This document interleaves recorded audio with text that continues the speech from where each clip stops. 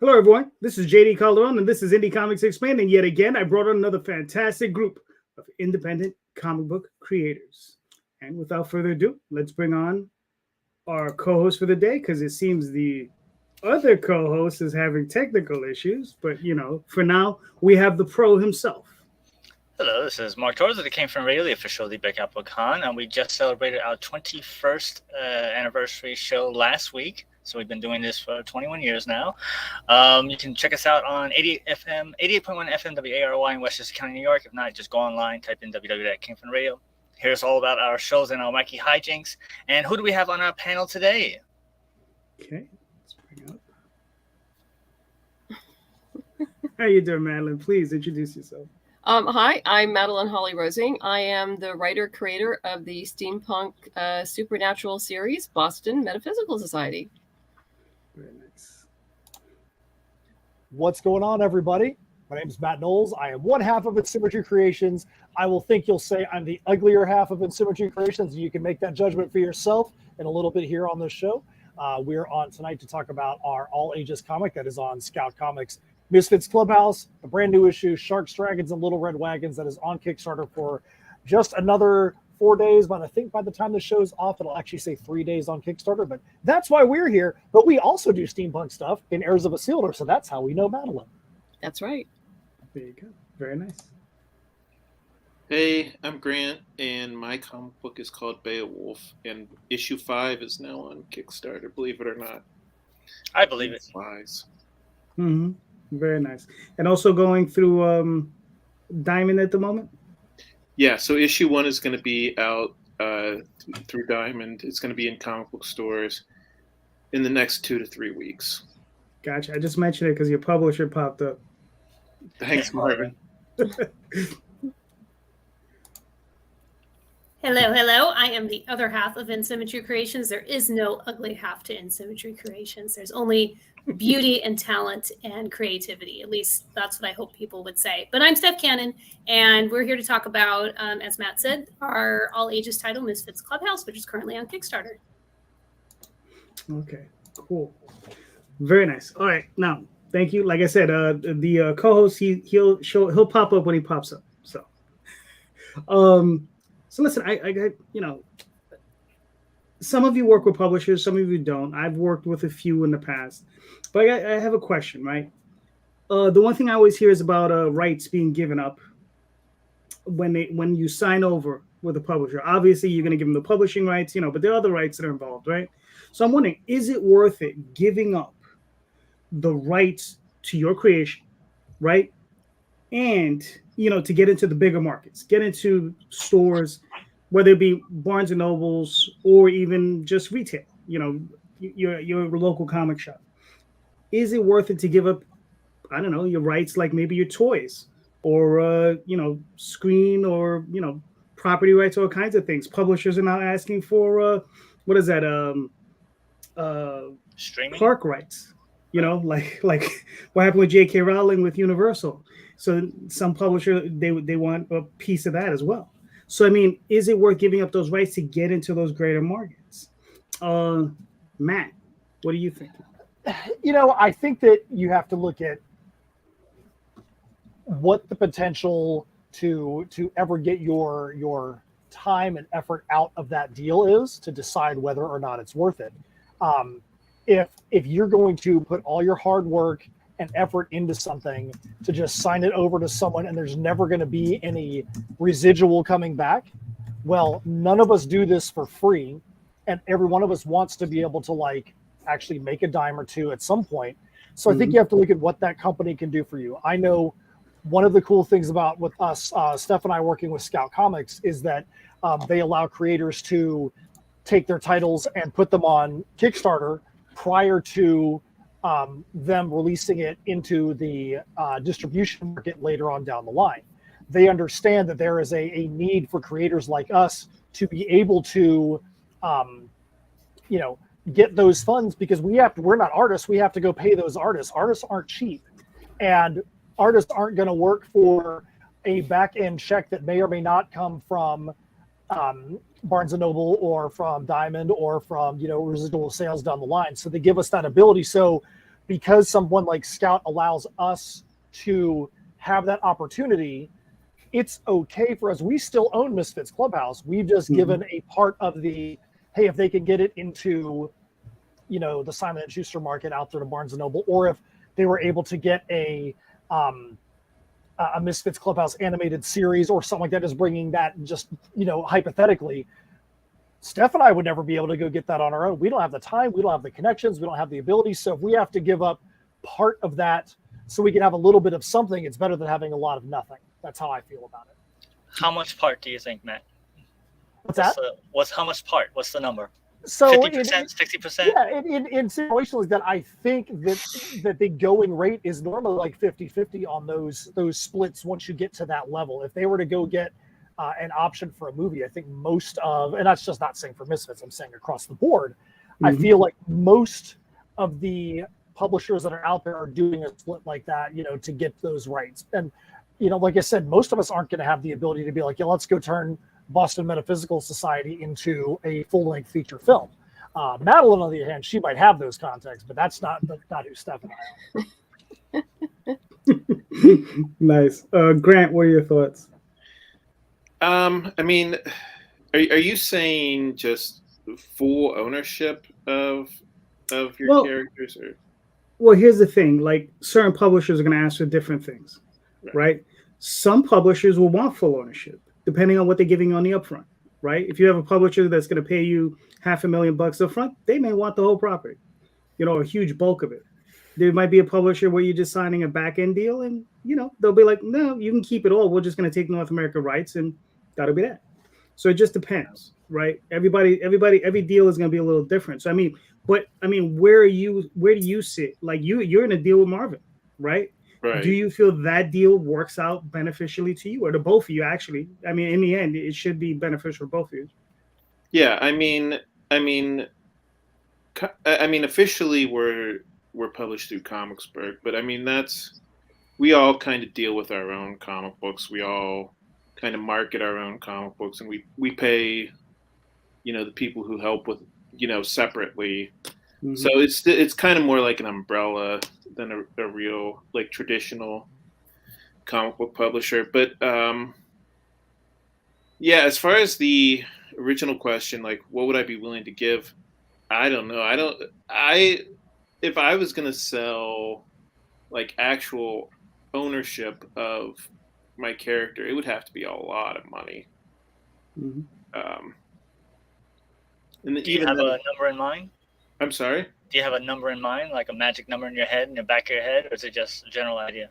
Well, here's another question. I don't know legally how that would work, since my comic book is called Beowulf, which Beowulf is obviously public domain.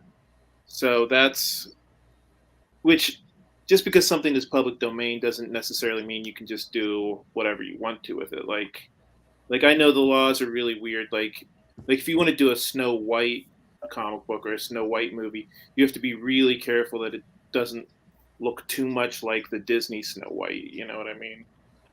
But I don't know. Yeah, I don't know if I have a number in mind. I think it would have to be at least in the hundreds of thousands of dollars, right? Okay. That's fair. Listen, you put your sweat equity into it, or your brain equity into it, right? There's also the philosophy that if somebody's willing to pay you for something, that means it's worth way more than that, right? Mm-hmm. So if somebody's offering me, $100,000 for my comic book idea, that they must know that it's worth millions of dollars, right? Well, that is the idea. Potentially, right? Potentially. Yeah. All right. Steph, what are you thinking? I think it depends, but I'm going to be real honest, because I think a lot of people aren't honest enough when asked these types of questions. I'm not sure how many of us in this industry are doing this just for fun. I think we're all out to make money, right? Yes. So, potentially. otherwise it's a hobby. Mm-hmm. So it would depend. And I think it would depend on the title as well. there's a knock at the cabin just came out, and there was a big hubbub about that because it's based on a book, and nobody knew that because they weren't marketing it that way. They marketed it as M. Night Shyamalan's Knock at the Cabin, and there became a big thing about it online about how the author's name wasn't even on there, and he wasn't even mentioned.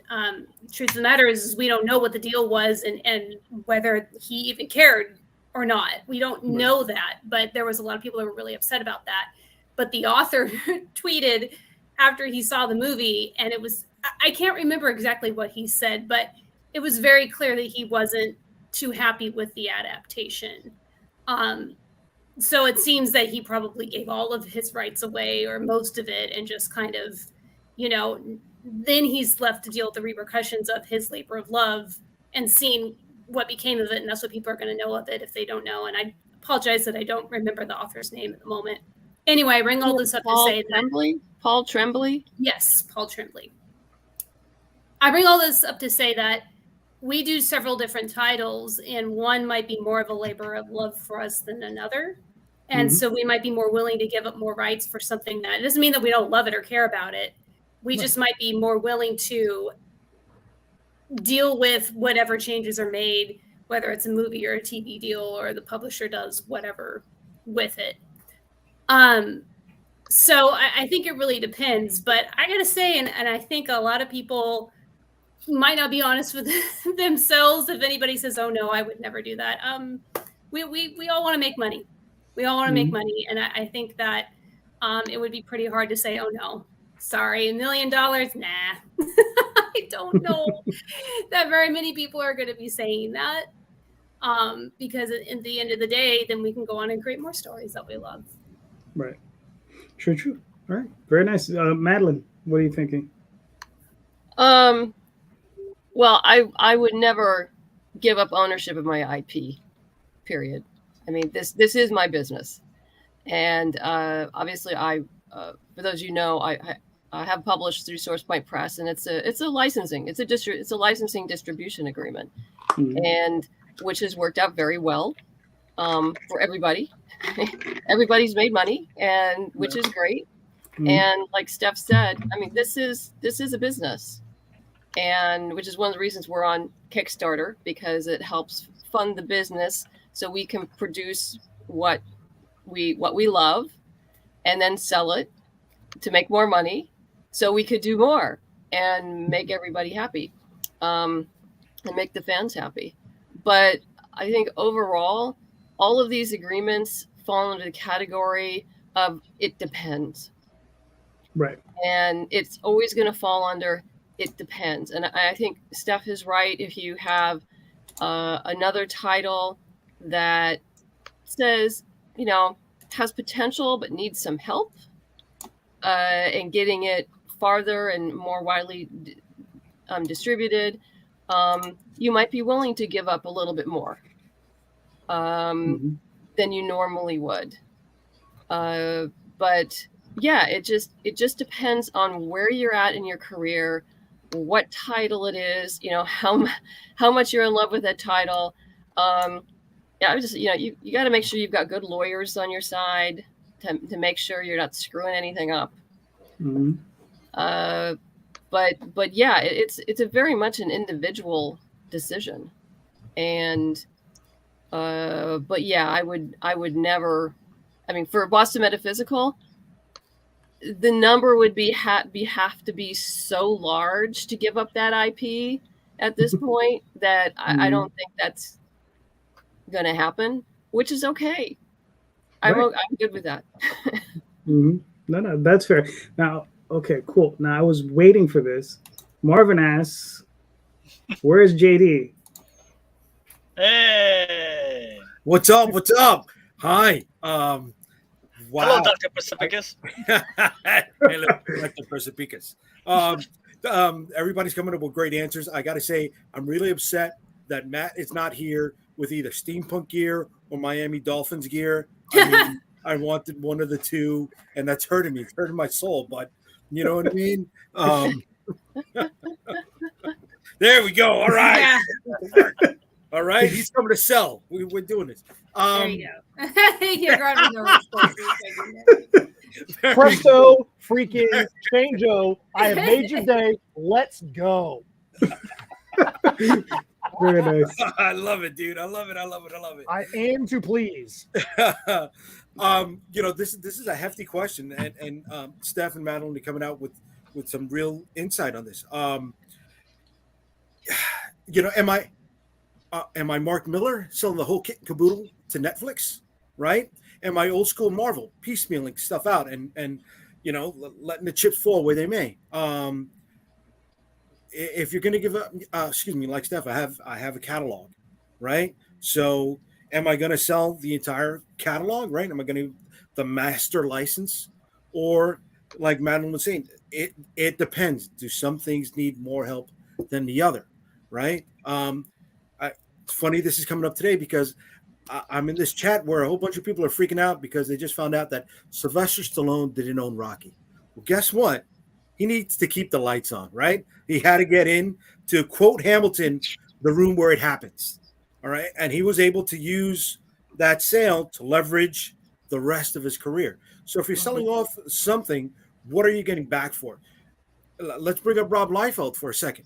Do you think he has more juice because he is one of the Image founding fathers, or because he's co-creator of Deadpool? What does the greater world understand? I mean, it's and he also gets a piece of Deadpool. He was smart. He got a piece of that. Dude, he gets it, of course, because that at one point he had the creator right contract, so he does get a bite, not a big bite, but he gets a bite. Yeah. So if I get rid of something and I'm still able to get a bite, okay, no problem. I'm with that, because unfortunately, like the gentleman who did Knock at the Cabin, he had nothing to do with it, but also maybe he doesn't want to be part of it anymore. But at least he got to be in the room where it happens, right? He got to make connections that maybe propel his career or his other IPs into something that he has a greater hold over. Well, hopefully he made enough cash off of it that he can live a nice, comfortable life and continue writing at his leisure. That's it, baby. Well, I actually think Paul Tremblay has been around for quite a while, and for those who I don't read his books, but my understanding, he's been around a long time and has already a very solid career. But who knows what his contract said? Okay. I mean, we have no idea. Mm-hmm. And maybe they gave him more money to take his name off of the poster. Yeah, that's why I brought it up, because I thought it was so funny how so many people were up in arms over him, and it's like, unless he's upset about it and publicly saying it, I don't really know if anybody has the right to get upset for him on his behalf, because we don't know the inside details of it. So to get upset for him, he might be perfectly happy. Who knows? In today's day and age, where I think it's a requirement that everybody's supposed to get mad for other people. Oh my gosh! I mean, we don't know. Do we know the deals of Mignola's contract? Right? I mean, it's what is he getting off of Hellboy? Is he getting anything? I know when Del Toro was doing it, he got hired back on as a consultant and conceptual artist. So he was getting double. He was getting two dips in the pot. Whatever keeps the light on, that's it. Whatever keeps the lights on. I'm just gonna run through the chat real quick. All right. So Tom says IP ownership should always stay with the creator, but if someone is doing the back end work to get a movie or TV show done, then they deserve a percentage of the deal. It's also not much ownership of the IP. Stigmata Studio says Paul Tremblay, who had a signed option with Film Nation Entertainment in late 2017 prior to the book's publication, and had to keep secret that the film was based on one of his novels until 2022. Oh, that's interesting. Huh. Yeah. Contract-wise, he had to keep it a secret. There you go. Okay. And then Tom says, Steph makes a great point in selling the IP for a significant amount and then creating something else afterwards. And whatever you sold is now being marketed to a larger audience, and you can say you made it, and now you're making something new. And then Paul says 250. 250. That's his number. 250. 250. As long as it's not free 99, 250 works. That's true. So Mark, what are your thoughts on it? So it's funny that you mentioned this because I think I've told you this and I've mentioned it a couple of times in my show. How I got into comics originally when I went to the comic book school, I was told this is what you have to do to get into the business. And this was 30-something years ago. Make something that you're willing to get rid of, to get your foot in the door, to get your name out there, and then make something that you really want to have done afterwards. Now, of course, seeing as how I'm sitting here, not in a big mansion, that plan didn't work. And the thing I made to sell is now my thing that I'm holding on to for dear life. So now, if you ask me now, I wouldn't give it up. But back then, 30 years ago, I was eagerly willing to make it. It was made for that purpose. So it's so weird how time can change the opinion on what you're going for. Nice. Yeah, and you have to ask yourself, who told you that? Who told you that information?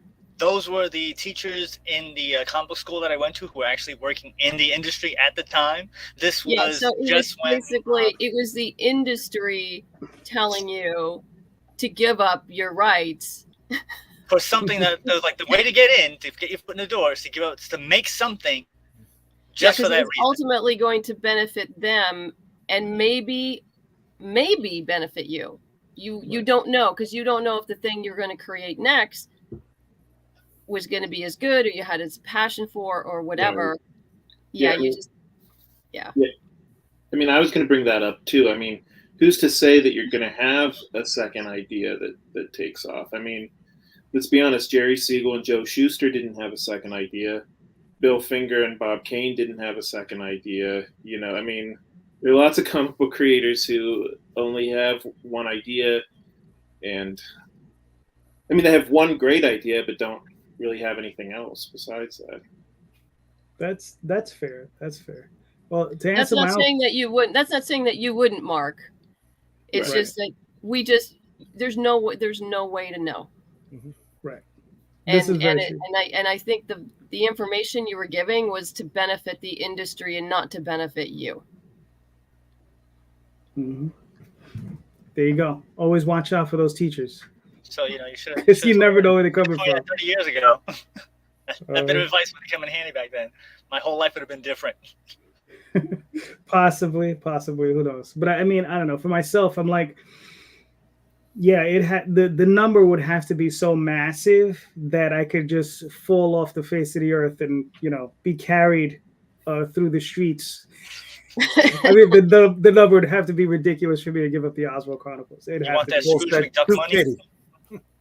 Way more than $250. Way more. Scrooge McDuck money. You know, or George Lucas money. Yeah, probably. But you know, in the end, you know, I don't know. If someone dropped $20 million on my lap, I'd have to consider it. You understand? Because then at that point, you have to think about it. Because I'm like, you're not just thinking about yourself, right? You have relatives, you have friends, you might have family that's in trouble. And, you know, you're like, at the moment where you're at, you might not be able to help them. But if you had that kind of money, maybe you could. Well, all right, so let's speculate. Let's speculate for a second. What if? No, let's not speculate. No. We got a show to do. We got a show to do. Stop. Mark, ask you a question. I'm out of here. Get out of here. Hold on. You know what? So when everybody creates, from what I understand, they usually get the outside influences ahead of time, and then they create it in a bubble. Basically, they're working on their whatever they do at the time, and it's all them taking whatever outside influences into their work. Like, I was inspired by this, inspired by that. But when they're creating it, it's usually by themselves. They make the product, whatever it is, and then they put it out there.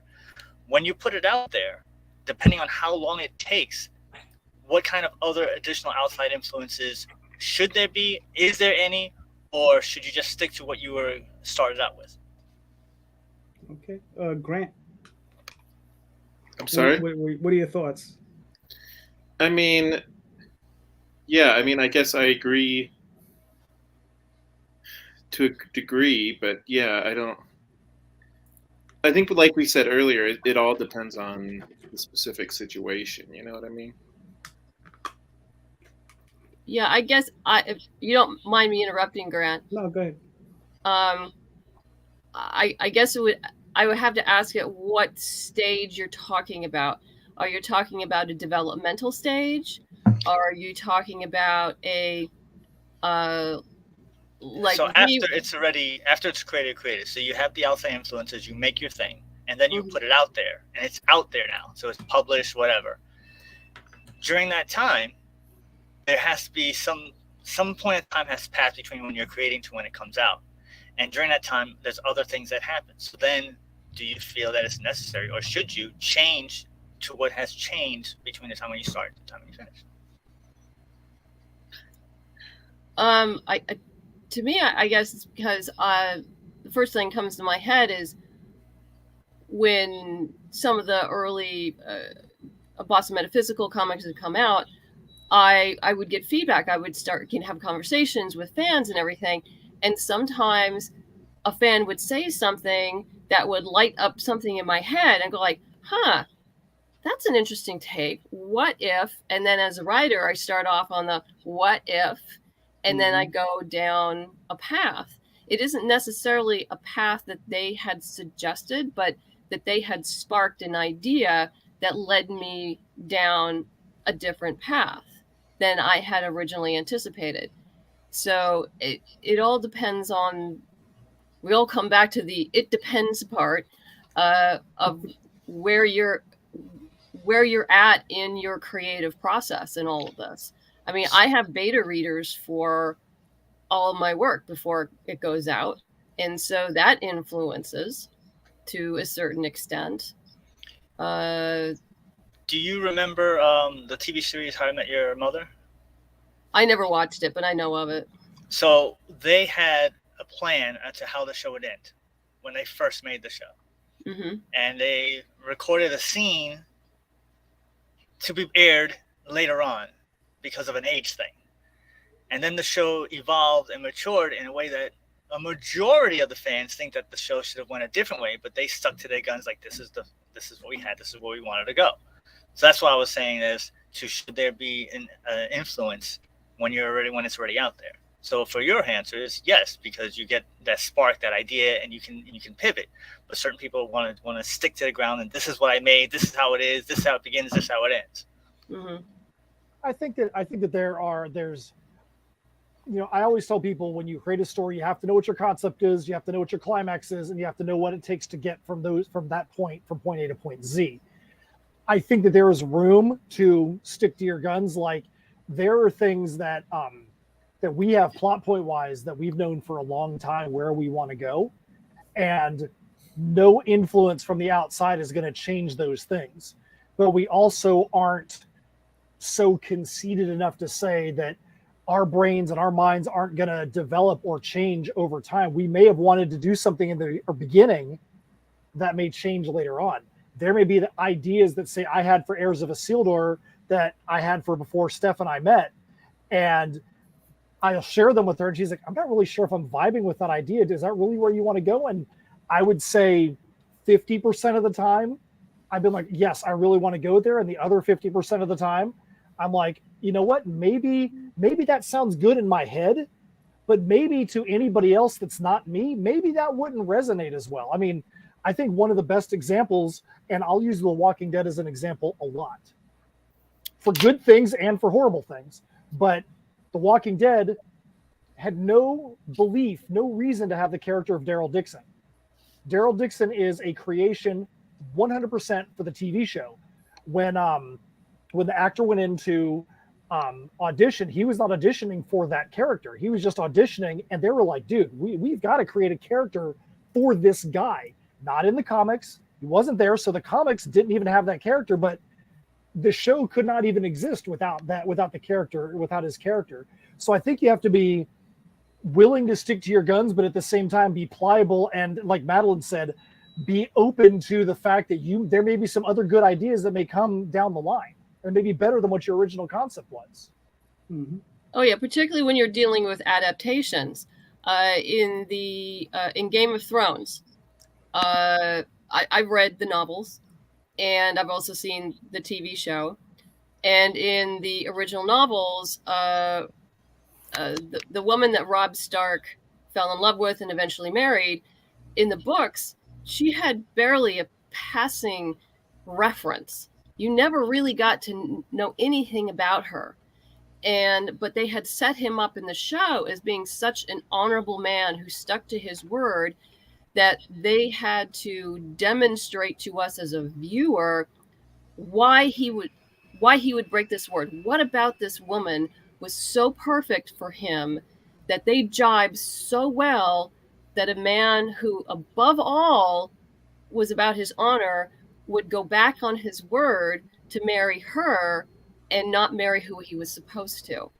And so in the process, as a viewer, we fell in love with her, and we understood why this was the woman for him and there was no other woman for him.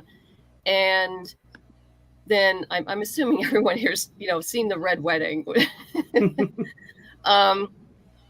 That, they enlarged her character so much from the book, so we as a viewer could understand why he went back on his word.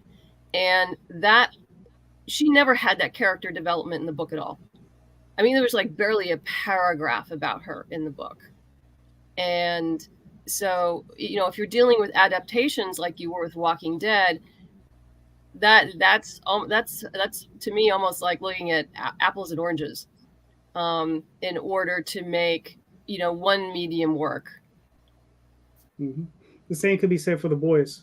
If you had ever read Garth Ennis's comic run, it's very different. It's similar but different to what's going on at Amazon, and it's interesting to see what Kripke is doing on that show that is different from the comic.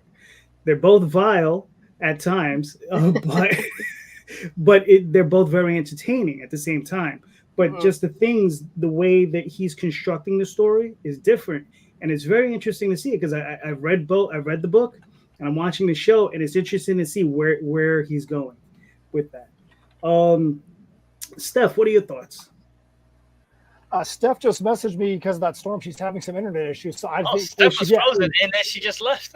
Yeah. So she said she's having some internet issues. She's going to try and get back on, but she said that storm that's going on is causing some issues. So she's going to try and get back on as soon as she can. Gotcha. All right. No, that's cool. So Jay, I don't know. I'm not a writer. You know what I mean? I'm somebody who has a couple ideas, put it on paper, and found a good artist to interpret it very well. That's called writing. That's somebody who got lucky. That's what it is. I mean, I got my flag posts, right, of where I want to take a story, and I'm open for what can happen between the posts. Am I going to be influenced by outside sources? I don't know. I don't know. To go back to what Madeleine said earlier, it depends, right? I'm not a set in stone kind of guy, anyways. I will say, I think that the one thing that we do have to take into consideration when there are outside influences going on, if you're writing a story, and let's say you're like, hey, we're going to write a story and it's going to take place in the Twin Towers, and there's going to be this thing that happens, and this is before 9/11 happened, you might have to say, well, crap, right. Look at Spider-Man. Spider-Man had to change some of the scenes in the movie that were already filmed and already created because of 9/11. Mm-hmm. That outside influence kind of forced their hand, and they had there's no way they could go with that movie as is after that happened. So I think that it would have been a really bad idea. Right. Yeah, I mean, I don't know. For myself, when it comes down to my writing, it just depends. If you, sometimes with arcs, you can sometimes just, write them and be done with it. But when it comes all to the overall story, I've definitely, I've worked on a couple of stories where the plots just were years apart. So, in those instances, I make changes whenever I need to. Whenever I feel it serves in the, whenever it's in service of the story. If it's in service of the story, I'm going to make a change. So, or I won't, either way. If I feel it's in service of the story, it's going to change. So, I think Steph said she might be backstage again. You might want to check. Oh, yeah. Oh, I see her. All right. Hold on. So as a follow-up. Welcome back, Steph. Thanks. Yeah, it's I might be jumping in and out here because it's pretty nasty outside right now. Gotcha. Where are you? Gotcha. I'm in Central California, so we're getting one of our many storms that we've been having pass over right now. We just got a bunch of weather alerts, so yeah, the internet is having some issues. Gotcha. Well, but your thoughts on the question? I didn't hear the question because I was out. Go for it, Mark. Ask her again. All right. I'll give both questions. So I had a follow up. So when you create something, you're influenced already. When you make something, you make the thing, you put it out. Between the time when it's out and then before it ends, is there an outside influence, or should there be an outside influence that changes the idea of the story? And as a follow up, how much is the fans' involvement? How much responsibility do you have to the fans to give them what they want? I think you do have a responsibility to the fans because they're the ones that are enjoying your story. We obviously create for ourselves as well, but we're creating for other people. I don't think there's anybody on here that is going to say, no, I don't care what anyone else thinks. I just want to make whatever I want. I mean, if that's what you want to do, that's okay. But you have to be prepared for the fact that if people don't like it, how you're going to live with that. Of course, you don't want fans to dictate completely the direction of your story. But like Madeleine said, and Matt said, there are times when you'll be having a discussion with a reader and they may bring up something that might spark a little something in your mind. And that's okay. I think that's great because sometimes we need help with our stories. And we, as writers, we don't have it all together always. We might not know all the answers to, some of the plot holes we may kind of inadvertently put ourselves in. So I think, I think it's like anything else. You can listen with an open mind, and something that somebody says might be completely off base, and you still listen respectfully, or they might say something that you might want to take into consideration, and it might kind of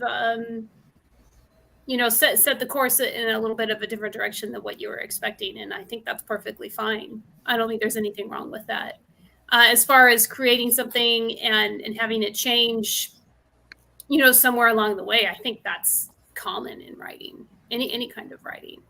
I think that's why there's drafts of things. That's why you have a rough draft of something and then your final draft is different. I can tell you that one of the things that Steph and I have actually had happen in our own creation, and Heirs of Isildur is our apocalyptic sci-fi story set in the steampunk world. And the arc that we're on right now, The Perilous Prospects, we just are about to ship issue 2 of that. Our artist, we told him there was like this group of citizens and they were going to be doing a certain thing, and we needed them to act a certain way. And he really vibed on what those characters were going to be, and he drew some very memorable looking background characters. And when Steph and I got the art, we were like, dude, we've got to get him to draw this character some more because that character looks fun. We're gonna take this background character, we're gonna make them something, and then like that background character is like on a cover now for issue 2. We had no thought originally that character was to become something bigger, and it literally came from a piece of art from the artist, and we were just like, dude, what was he thinking when he drew this character? We can't let this character just be and oh, by the way, that guy's got to be developed, because we wanted to know and we wanted to see where we were going to take that character's backstory. So sometimes those things that you never even could have imagined in the beginning are some of the most fun things, because you get to explore something you didn't even exist before you explored it. All right, very nice. Mark, before you answer your question, let me go through the chat real quick. Daphne writes, this is from the prior question. Teachers said, I got screwed, so you got to get screwed too. Yeah, that's exactly what happened. Tom says, there's always a number. Always. Paul says, I had an offer for one of mine. The main reason I considered was because of the publicity, 12 issues with my name. Daphne, as someone who's a pantser, I have been influenced by current media, and if I can go back and tweak things a bit, I will. But my main storyline is pretty much set. John Celestri says, once I set up the situation and characters, I let the characters dictate where the story goes. So there you go. It's always There's fun. one more. There's one more on there. Sorry. I want fans to enjoy my work, but I'm not a Burger King. Fans don't get their way, but I also have fan service short special coming up later this year. So there you go. I like that one the best. That's cute. Yeah. So Mark, what are your thoughts? Your question answered. So, everybody knows Supernatural TV series. Yes. Yeah. The guy Eric Kripke, who's doing The Boys, he had a 5-year plan. Mhm. If you watch that show, it begins, middle, ends, 5 years, it's done, great ending. If it had ended, in my personal opinion, at that 5-year mark, would have been one of the greatest television shows I've ever seen. But money and outside influences kept that going for another 10 years. Are you telling me number 50, season 15 wasn't fantastic? That's exactly what I'm telling you. Yeah, I actually understood that they had done that because they thought they were going to be canceled when the CW took over WB. They were expecting to be canceled. And then they weren't canceled, and they went like, okay, let's go. And they just went. And then they became the old men of, the CW, because they're like the oldest cast on the entire network. Mm-hmm. Yeah. And it's funny because those two guys are horrible at their job. But they're so much fun to watch. Listen, I love the camaraderie between the two brothers, which is the reason why I watch the show. But man, they're terrible at their job. Says, my baby brother's dead. Let me sacrifice the rest of the world and millions of lives. But my brother's alive. That's all that matters. So yeah, it's just one of those things. Mr. J, I'm sorry I cut you off earlier. Nah, it's okay. No, he's not. No, he's not. Don't listen to him. Matt, you're right. But I have to show some form of decorum. That's why he's never going to get any package he ever backed from me on Kickstarter. I'm just going to keep it in the trunk. Just you're never going to get it, kid. You're never going to get it. You're going to get me those pins, sir. You're going to give me those pins. And some trading cards. All right. Anyway, your question. Go for it. All right. It's totally different now. And thank you for the lead-in when you said trading cards and pins. We've all done crowdfunders at some point, I believe, right? Everybody here? Yes? Okay. The load of tchotchkes people pad their crowdfunding campaigns with. How many tchotchkes is too much tchotchkes? Or what is one tchotchke that you never put up in your crowdfunding? Interesting. What's one that we would never put up? My personal opinion is when you're going to do add-ons into a campaign, make sure you're giving people things that actually have actual value to what you're doing. Okay. And what I mean by that is, like, for instance, the reason why we're getting ready to ship Heirs of Isildur the Perilous Prospects 2 right now is because we had a delay in getting our trading cards done. And with the trading cards, everybody in this campaign is either getting 7 or 20 trading cards. Yes, 20 freaking trading cards. But we made sure that those trading cards, that the bios on the back for the characters, a lot of times they're going to tell stuff that is different than what you would get in the book. So there might be, like, we always tell, like, have an expanded understand section. We try to make the trading cards the same way, so that way the people are actually getting a little bit more by getting those items. Right. That plays a part of the story, though, Matt. Right? Yeah. But right. but we made sure, like, if they didn't earn that stretch goal, we weren't going to put that piece of the story on the trading card, because then we'd lose out. Steph and I do socks. This is the 4th campaign in a row that we've made socks. Everybody loves our socks. Everybody loves the fact that we've got that in the campaign. And like, especially the ones in the new campaign, which we'll see later, people are freaking out about them. It is amazing watching people resonate over something completely silly like that. But we want to make sure that people feel like they're getting value for their money, not just getting, hey, we're going to get 12 different bookmarks. There's nothing wrong with a bookmark, but nobody needs multiple bookmarks in a single campaign, especially when they're reading a 24-page comic.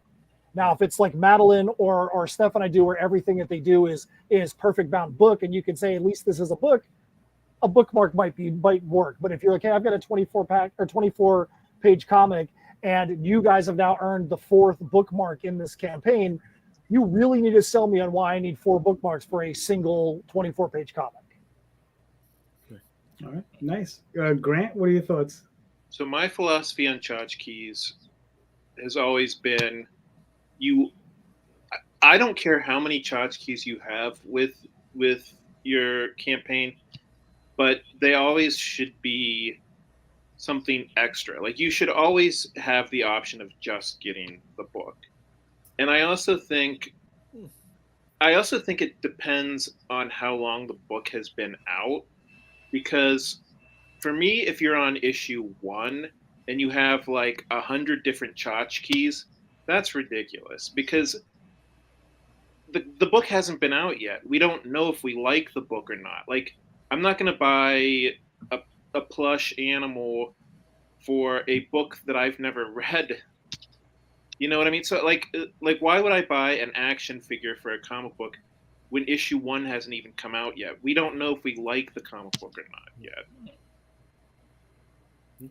Okay, that's right. Although I have to say though, when we were children, we all brought stuff sight unseen just because we thought it was cool, right? So you might buy a plush toy just because it's cute, right? Because you could. I have my character Oswald is a mouse.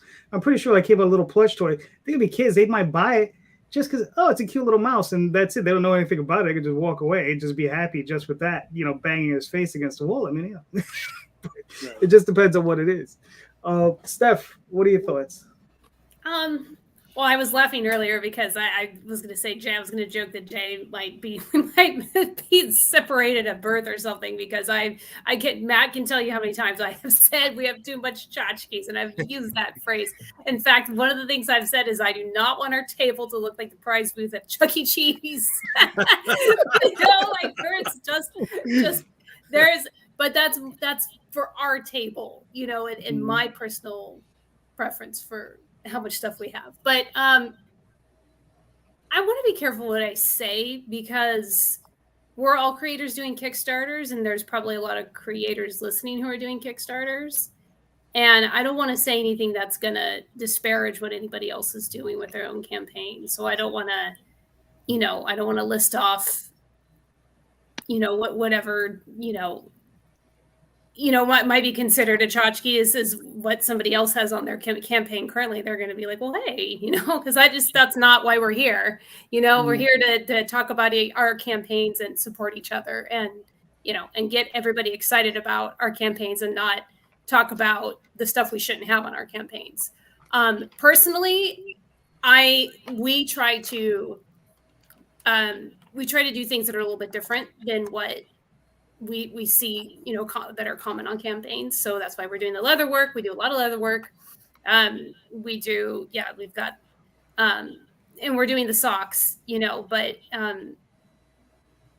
I think we don't know why certain creators are doing or are offering certain items. That may be all that they are able to do for their campaign. Yeah. So I think we should just, I'm not trying to be ultra diplomatic, but if we're here to talk about our campaigns and support each other, I don't want to, go down a road that starts complaining about the things that people offer on their campaigns, because somebody on this live stream might be offering that thing in their current campaign. Well, I'll tell you, one of the things that I really like, and again, I'm not blowing smoke at Madeleine, but Madeleine has got a lot of different Boston Metaphysical products that she's done. You've done a lot of pins or coins over time, where you may have somebody that backed you on your very first campaign that is like, I've got to have every single enamel pin that's ever come out from Madeleine. There may be a new backer that comes in that's like, what the frick is this crap? Why do I need this pin? But that's fine for them. If they just want the book, that's great. But you may have your longtime backers that are like, great, I've now got the 8th Boston Metaphysical Society pin that's come out. How many other people out there in the world can say that they're a part of the exclusive 8 pin club? And to me, and you always make sure it's quality. I think that's good. So like that's where I come from. I'm like, at least make it on brand, on point with what you're doing. And if you have the ability to make it something that is going to be a quality product, that's not just going to go into your rubbish pile of, wow, look at all this stuff I got from campaigns, that's what's going to make it stand out to me. Cool. Yeah, I mean, that's actually was I was going to bring up. I mean, as someone reminded me, last year was our 10th anniversary. So I think we actually have 10 pins now. And yes, there are people who collect those. And so those are for a certain demographic, they want that pin. And if someone doesn't want the pin, that's great. They can just get the book. And that's great too. But and then we started doing the metal bookmarks, which I think are going to end up becoming another collectible. But like Matt was saying, they are all on brand. And I think if you just keep them on brand, that's great. But yeah, I guess the different tchotchkes, some are part of the campaign and some are stretch goals. And that just depends on what your budget can afford and what you can do. I mean, so much comes down to your budget. And as many of you know, I've written a Kickstarter book and have done Kickstarter consulting. I always tell people, before you ever launch, be sure you have budgeted at least 3 stretch goals ahead of time before you launch. So if you're doing really well, you can get right into it. You're not scrambling and you're not losing money on your stretch goal. And that's really important. Well, and the thing that's nice about pins is that pins don't change the weight of a package very much. Yes. And so that's the other thing about tchotchkes. Look for tchotchkes that don't necessarily change the weight of a package, because you can really screw yourself. I mean, if you... Absolutely. True. All right. Mark, what are your thoughts? So to jump on what Grant and Madeleine said, and a little bit of what Steph said, I was told that when you make a campaign, the best tchotchkes to have is something that will actually smaller than the actual comic book, so you don't have to do different shipping. That's one thing, Right. And then the weight. So that was 2 things that are like very important. So if you want to, do a T-shirt, people like always get screwed over T-shirts because it's the cost versus thing. I didn't plan it out. You put a little bookmark, it slides right in there. 11x17 print, I wouldn't make unless, which is what I'm doing, is to put it with the original artwork, because that's a premium item. So if you want the artwork, I have a thing for the artwork, and then I can slip a print in there, which would be the same size, so it won't affect that. But if you just want the comic, get those things go into the comic, little trading cards, stuff like that. I think that would be what I would do. So what I wouldn't do is something that would not fit in the package that it's going to, just for budgetary reasons. Yes. For myself, I'm a big trading card guy. So I always do this sort of thing. So I send everybody a sheet with all the cards. That's a good idea. Yeah, this one's a sticker that I also promised, and and then I like Matt's idea. I'm lazy, so I tend to put an image that's broken up on the back of the card, so that's one complete image on 4 cards.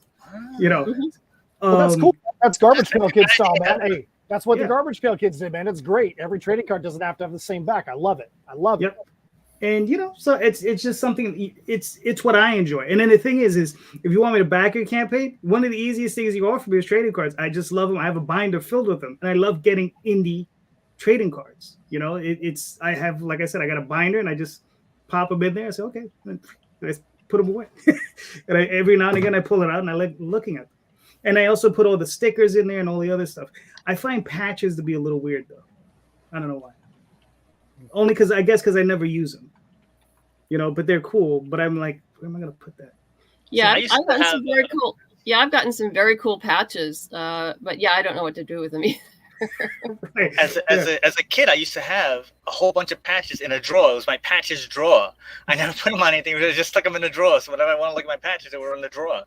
Right. We get to be a little more we don't look up on that one because I'm also a metal musician. We produce metal music that goes with a couple of our titles, and so we got a glow in the dark jacket patch for the logo for one of them. And like even yesterday at the show, people were like, I could put this on my battle vest, and I'm like, that's exactly right. You're going to be the only dude at the show with a glow in the dark patch on your battle vest at the next death metal show. Let's go. Nice. Mr. Rosario, what are you thinking about your own question? Well, I want to talk more about sometimes new creators don't know how to budget so well, and they overcommit to producing tchotchkes where it puts them in the hole, and sometimes they have to put out more money than they were asking for in their funding campaign. just to fulfill all the different tchotchkes, or certain tchotchkes that they may end up committing to, and maybe only moving one or two items because it's something that they're selling as opposed to something they're adding on their stretch goal. And now they're stuck with an abundance of inventory on a product that really doesn't sell. We've gotten to the point where we rarely in a campaign will put even an add-on item where it's a minimum of 100-piece order just to get them into the campaign. Now, obviously, you can't normally get around that with coins or patches or things like that. But that's why, like, for instance, we have local leather workers that do branded leather work for our steampunk title that's totally on brand. A lot of the stuff even has our logos on there. They did stuff for our medieval campaigns, and it's all, by request. So if we had 12 people order the goggles, well, we're going to get 12 sets of goggles from them. If we had 20 people order the D&D dice bags, 20 people are going to get those. So we're not sitting on some overabundance of now we have to go move $5,000 of this thing that's just going to sit in a box in the office for the rest of our lives. So that's one of the things that we always try to find things where if it's possible for us to get a limited quantity or a buy order quantity, we're going to try to do those things as often as possible. Right. But at least it's within theme, right? Yes. I mean, if you got a death metal comic book, you're not going to be selling silicone croc widgets, right, on your campaign. Yet, if you've got a YA book and the main character's running around with crocs the entire story, then yeah, maybe that's something you want to tie in with your tchotchkes, right? So as long as you're keeping it within theme, then you're good to go. Nice. All right, we got a couple of things here. And then Daphne put me on Front Street. If you really want JD back your campaign, make a challenge coin. Yes, I'm a sucker We did for challenge coins. coins once. Oh, I have it. Yeah. I have it. Yeah. Actually, I stole it from Daphne because she's the one that backed your campaign, and I just swiped hers. I said, thanks. Hold on. Let's do this. Okay, cool. All right. So, Madeleine? Yes. Okay, hold on. Do you want me to play the video? Sure. All right, cool. You get to see me with hair and makeup done. I'm sorry, what'd you say? Oh, you can see me with hair and makeup done. Cool. You didn't get all dressed up for the live stream? What? No.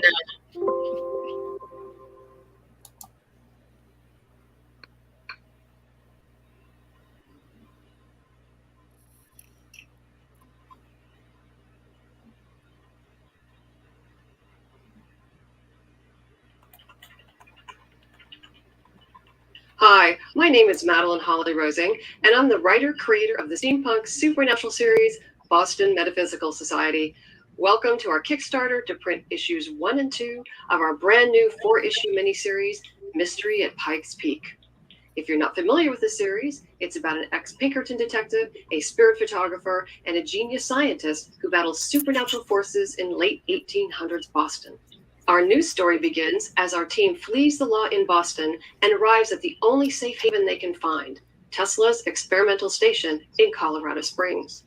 There they meet Tesla's unlikely partner, Mai Wee Chow, a scientist from the Great House Chow in California. But their stay becomes more complicated when an attempt is made on Tesla's life, and Caitlin's visions resurface in an unexpected way. Now the team find themselves caught in a web of intrigue and murder. I'm also happy to announce that we have a new artist on board by the name of Elizabeth Maketza, with coloring by Katie Brown and cover art by Angela Wu. And for the first time ever, we'll be offering variant covers by Rio Burton and Steph C. If you're new to the series, don't worry, as Volume 1 and 2 will be available in both print and digital versions.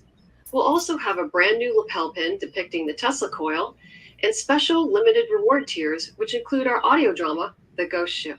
The best part is that the first issue is done and the art for issue 2 is halfway completed. So please be sure to check out all of the reward tiers and pledge today. Thank you in advance for your support.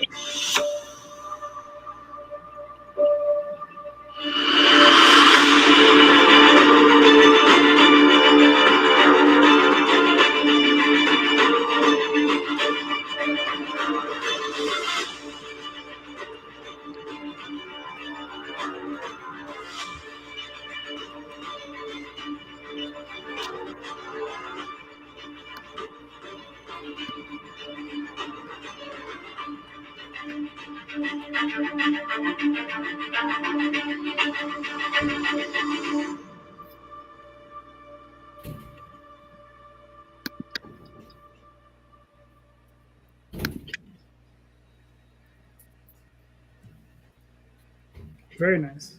That was amazingly impressive. That was well done. Yeah. Thank you. That's all due to my video guy. So did you just say, "Hey, video guy, here's the pages. Work your magic," or did you already have an idea of what that would look like? Oh, I gave him a script, and then indicated which images to use. Nice. So I mean, is this an ongoing series? Do you have an intended ending, or are you just working like, arc by arc? It's done. It's a 4-issue miniseries. The script, all 4 scripts are done. So this Kickstarter is to print issues 1 and 2, and then hopefully later on in the year we'll run another one for issues 3 and 4, which will complete this story arc. Nice. And so far you have 2 trades? Yes, we have 2 previous trades, Volume 1 and Volume 2. Volume 1, which is that right there, is our original 6-issue miniseries with art by Emily Hugh. And then Volume 2 compiles our 4 standalone sequels with art by Gwen Tavares. Very nice. Plus, each of those have bonus stories as well. And then for the first time, we're doing variant covers. And we're also doing them in metal with a limit of 25. And we're about halfway sold out on those. Cool. So what was the deciding factor to make variant covers for this time out? I just wanted to up my game.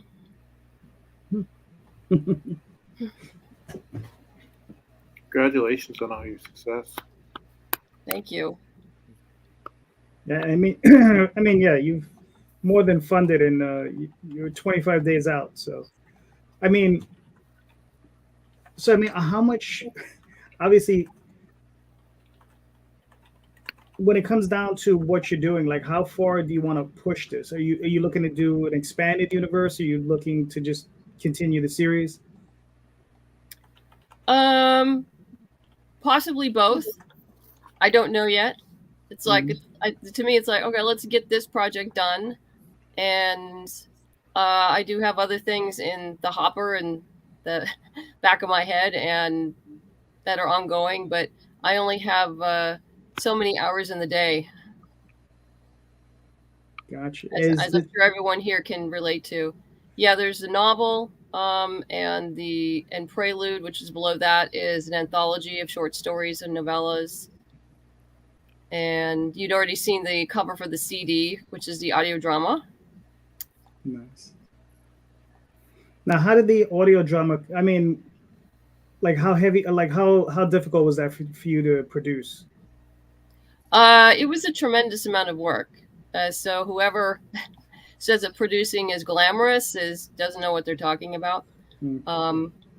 It's a lot of. I did the original, casting, auditioning, contracts, lawyers, payment, scheduling, all of that.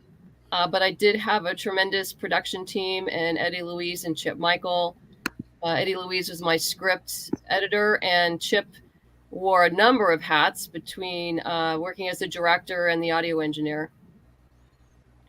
How close to the series is the audio drama, or is it a completely different story? It is a completely different story. It's actually a prequel to, actually, it's not so much a prequel, but it's a story that's kind of set in between set in the time period of the original 6-issue miniseries. Cool. So it just has our original 3 characters. when I was writing the sequels, the team has expanded, so it's a little larger now. We have one more team member. Her name's Alma Bryant. Very nice. And we've already unlocked one stretch goal, and we're pretty close to unlocking the next one. So yeah, everybody gets the 6 digital Indy comics, and those are magnets. That's our next stretch goal. Yeah, I see. Like Alejandro Lee designed those. Very nice. Yeah, it's awesome. I mean, yeah, I saw from the prior campaign. I got a bunch of the magnets, and I was like, these are actually pretty cool. Yeah, I was surprised. I was talking to Mike Shea, who does Miskatonic High, and we were talking about the magnets. He goes, yeah, people love the magnets. And so I started doing magnets, I guess, two Kickstarters ago, and I would get responses from people saying like that how they never knew how much they needed these magnets. So it's kind of fun, and people seem to enjoy them. So great. Nice. And they slip into the package very nicely and don't weigh too much. Yes. Now the lapels pin set, is this, you're selling these as a set? Actually, both. Yeah, there is a tier where you can get the whole set, or if you just want the new pin, there's a tier with just the new pin, or you can add it on if you've chosen a different tier. I'm doing a combination of having a few very select Kickstarter add-ons for this campaign, and then I'll be doing backer kit later with more choices. Okay, cool. Very nice. I mean, yeah. I mean, like I said, I got the 2 trades. They were awesome. Thank you. Thank you. Yeah. This is fantastic. Like I said, Jesus. You raised what, probably like over 30 on the last one? Yeah, we're a little over 34,000 for volume 2. Yeah. Yeah. So it looks like you're on your way to doing that again. So fantastic. I hope so. Cross fingers. Yep. And I don't think you're gonna have much of a problem. Hold on, who do we got here? Oh, right. That was that. John Dexter says hello. So JD, what's up, Brian? Hello, Brian. All right, let's give me a moment.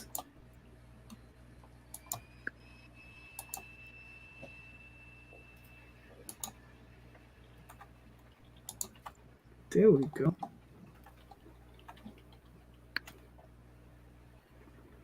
right. I know that campaign. Yep. You want me to play the video? Absolutely. There's some people on there with some good information.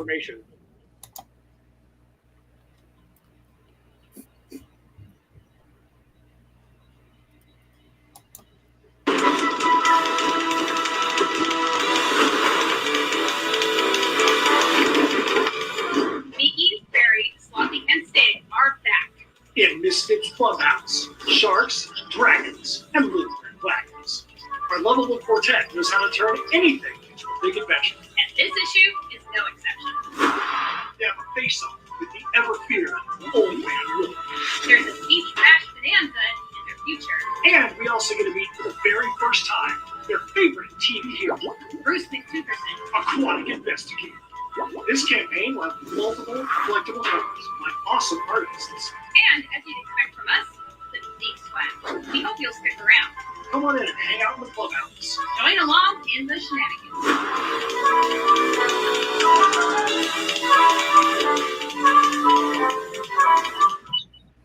Very nice. Man, I have to. Very nice. Thank you, guys. We had a lot of fun making that video. I have to say, I really like your vest in that. It's very nice.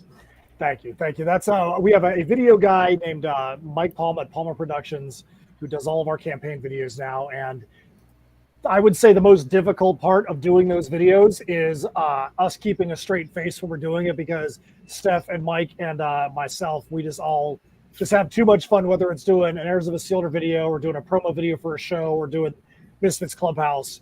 That's why we always have outtakes too, because that whole for Misfits Clubhouse, I felt like the entire take was just outtakes. And if you look at our last 2 campaigns for Heirs of Isildur, there actually is a blooper reel that we were able to release. And the blooper reel, I think, was like 3 times as long as the actual campaign video. But so And JD, I got a question for you. If you're sitting in your house and you're flipping through the channels and Toy Story comes on, you might stop and watch it for a little bit, right? Yeah. So Jay, if you're at your house and you're flipping through the channels and Wreck-It Ralph is on, you're probably going to stop and watch Wreck-It Ralph for a minute, right? Oh, hell yeah, baby. You don't have to be 5 years old to enjoy Toy Story or Wreck-It Ralph. That's the same thing with Misfits Clubhouse. Misfits Clubhouse, people get, I think there's 2 terms in comics that people get confused, and that's all ages and adult. If something is adult, it doesn't mean that it is cheesecake. It doesn't mean that it is pornographic. If something is all ages, it doesn't mean this is only designed for 5-year-olds. This is an all ages comic that we write, that we have a lot of fun with, that is all fun stories about this group of kids, Miki, Stig, Fairy, and Slothy, that have all of their adventures that center around their backyard clubhouse. It doesn't mean everything happens there, but that's where they meet up, and that's where that's their home base of operations. So every issue of Misfits Clubhouse is a bunch of short stories, which makes it really easy. If we're like, hey, you know what, we want to write a story that's 4 pages long, and that's how long it needs to be. We don't have to pad it with a bunch of extra pages just to get a page count up. In this issue, we've got 4 stories. You've got Beach Bash Bonanza, which is up right there. There's a recurring character named Captain Bluebeard, which obviously he doesn't have a blue beard, but that's what makes him ironically funny.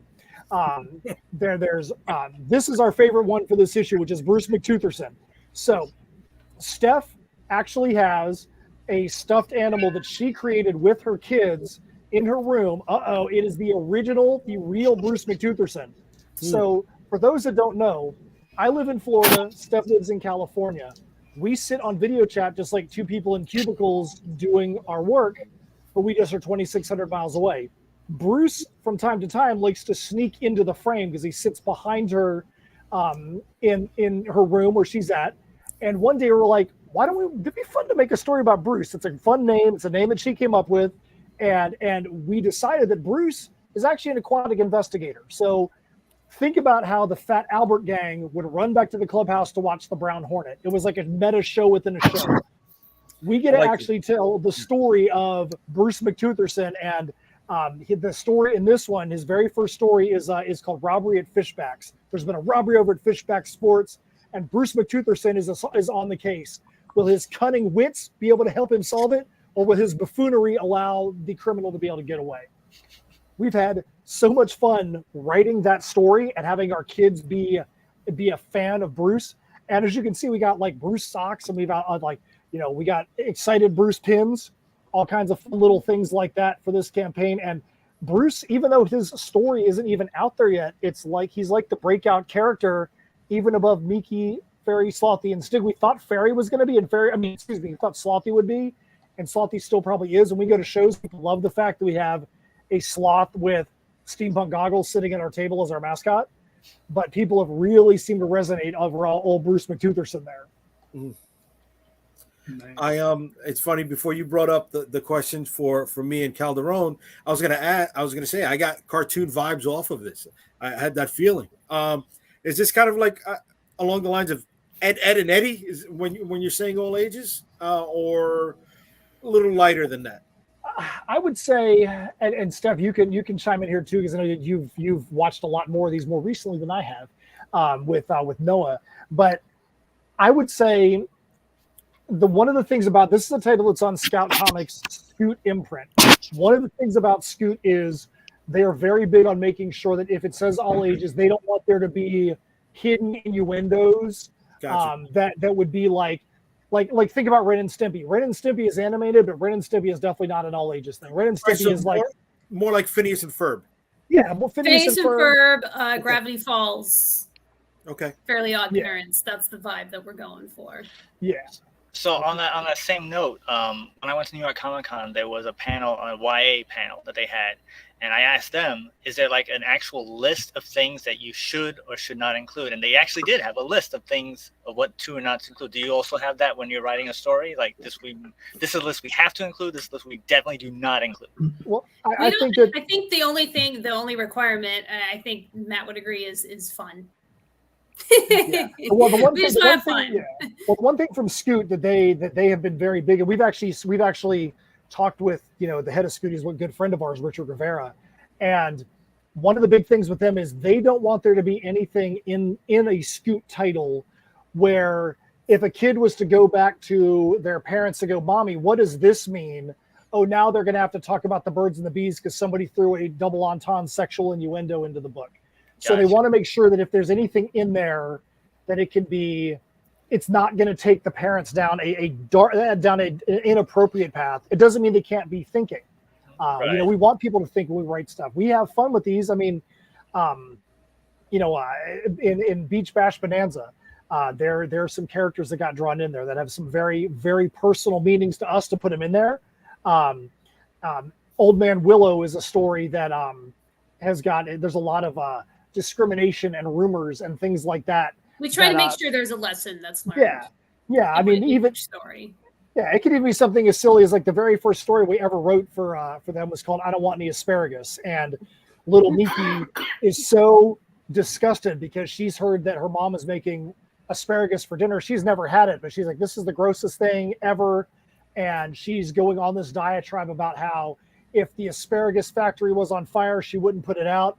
If she was on a pirate ship and she'd make it walk the plank, things like that, and but we try to make sure it's things that people can have fun with. One of the base stories in the first issue was called Pinball Madness. The kids get trapped in a pinball machine and they have to play their way out. Everybody in this panel has probably played a pinball machine at some point in their life, and they know pinball machines are fun.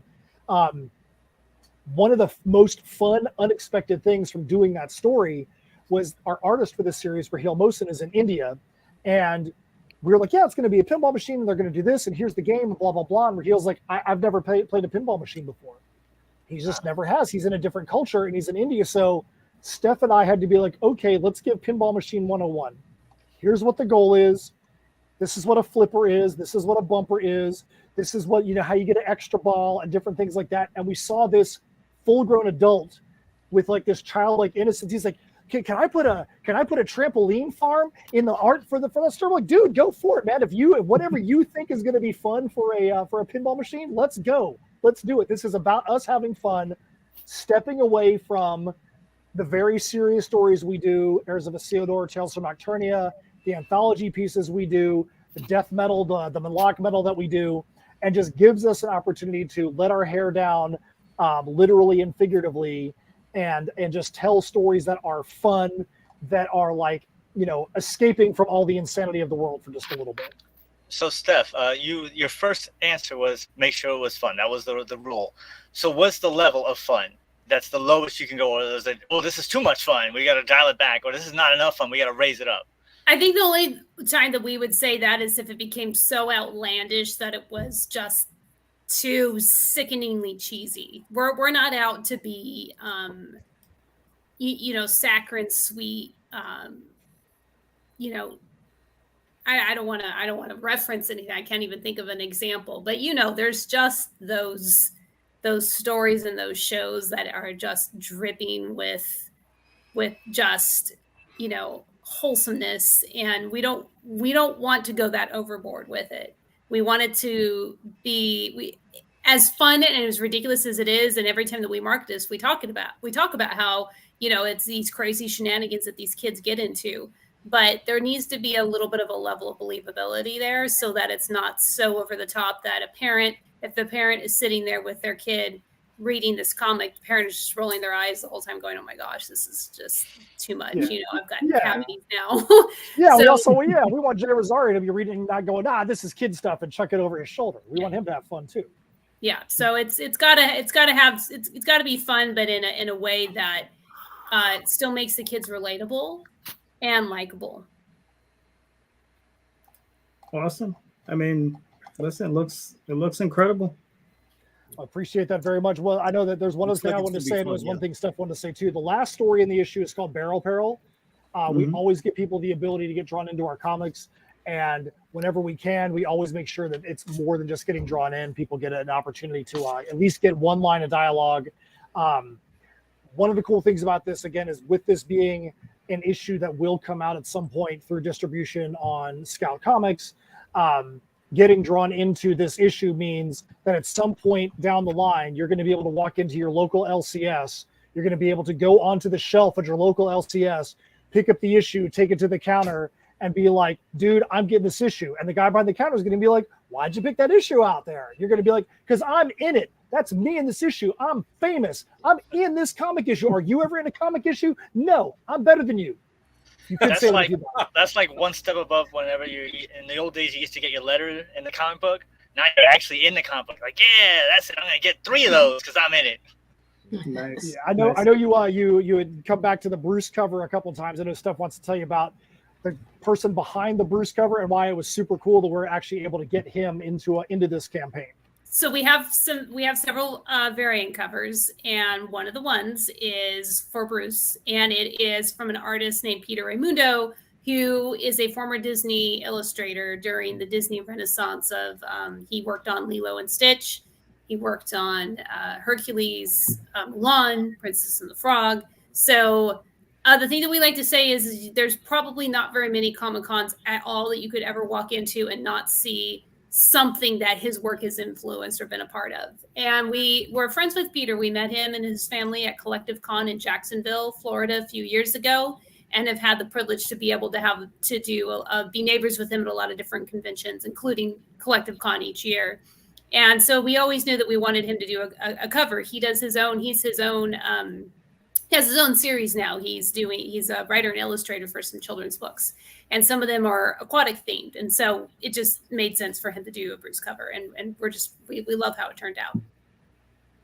No, it looks great. I mean, yeah.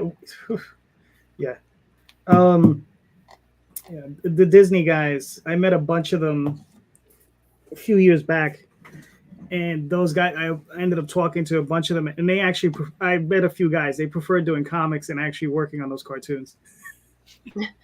So it's very, very interesting, because they were just like, oh, because I asked them, I said, how is it working on, like, I don't know, Lilo and Stitch or whatever, and they were just like, oh, it's nice, but this is the experience for us. This is go watch the cartoon, right? And this is oh, all right, did you see it? Did you see it? That was me. You missed it. Yeah. Right? Yeah, exactly. So they actually preferred doing comic books because they were like, all right, now that's me. So yeah. And the thing that's cool about Peter is he's like one of the most humble, unassuming guys you'll ever meet at a show.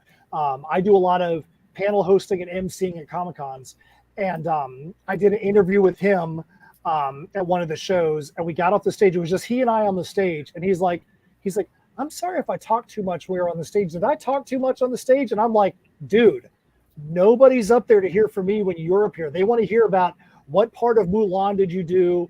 What did you do on Lilo and Stitch? They want to hear about your part of their childhood. I'm like, dude, you are freaking famous, man. You can walk into a Comic-Con in Japan and you can see your stuff there. That's nuts. Yeah. And so, we were glad to get him on here. We've got, by the time, in 3 minutes, it's going to go down to 3 days left on the campaign.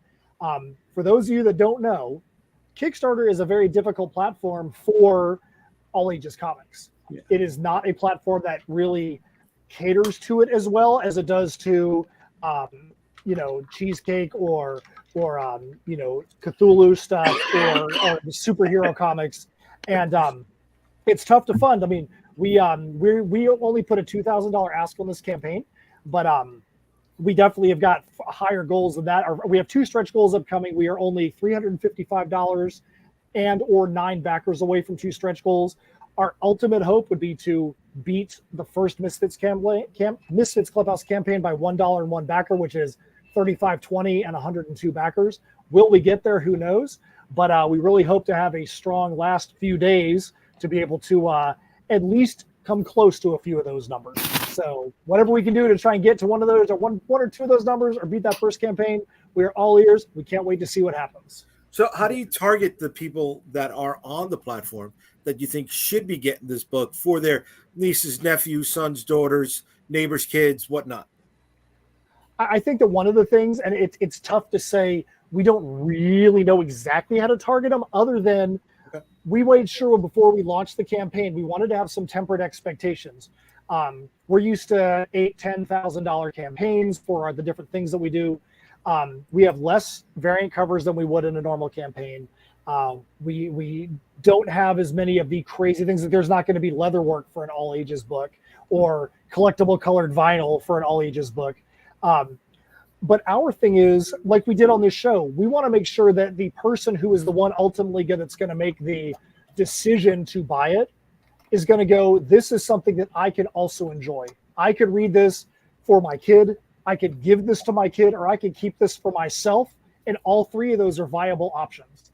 And that's what we want to do, is we want to make sure that Jay Rosario knows that, it's going to be perfectly fine for him to sit there reading Misfits Clubhouse while wearing a Bruce McTutherson socks, and nobody's going to make fun of him. I mean, maybe they still will make fun of you, but they'll be like, dude, you're just not as cool as me. You can't rock these socks like I can.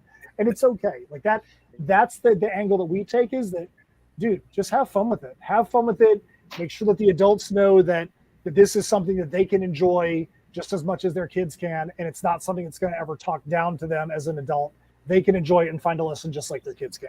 So don't forget, the other option is to buy one for yourself as the adult and then buy a second one for your child. I think that's a great idea. If I do that, we would be in great shape. Yeah. Now, you said this is Scoot's part of Scout, right? Yes. So this is going out to the LCS. Is this going into the catalog soon, or what's the deal afterwards?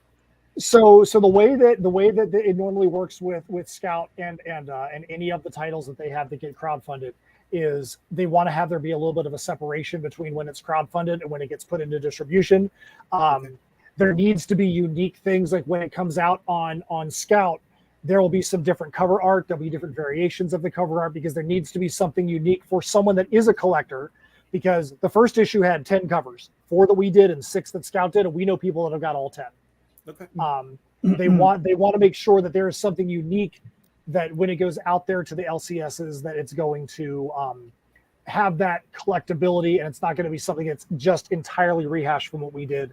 I would say, and again, we're not in the Scout front office, but I think that the hope is, like, say, third quarter of this year is when it would actually be out there, the LCSs. So it would probably be in the catalog, maybe like May or June, maybe is when it would probably hit the catalog, but that's just a guess. Gotcha. Oh, that's cool. Listen, well, I mean, you guys funded, but it's always one of those things. Like you said, there's the goal and there's the hidden goal, right? Yes. So yeah, so hopefully you'll hit your hidden goal. You got 3. Oh, there you go, 3 days. Wow, look at that. Yep. We end at 9:00 p.m. on Thursday, so we got just a few days left for you guys to join the Clubhouse crew. The stretch goal at 2,500 is actually going to be Miki, Stigferry, and Slothy are going to have some passes for everybody, that they can get one pass to actually attend a secret meeting of the Clubhouse crew at the Misfits Clubhouse. And we're actually going to make sure that every physical backer is going to have their name signed on there by one of the Misfits. So, AKA, it could be me having to sign it in my left hand, or Steph signing with her left hand, or whatever it is, to make it look like it was Miki or Slothy or just my regular handwriting, because it looks like a child's. Nice. Yeah, well, I mean, listen, for everybody that's watching, all the campaigns are in the show notes. So you just click on those links, and it'll take you right to the campaign. So hold on, I got one more.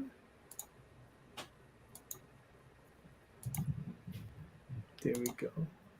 Grant, we were very patient. Do you want me to play your video? Sure, sounds good. All right, here we go.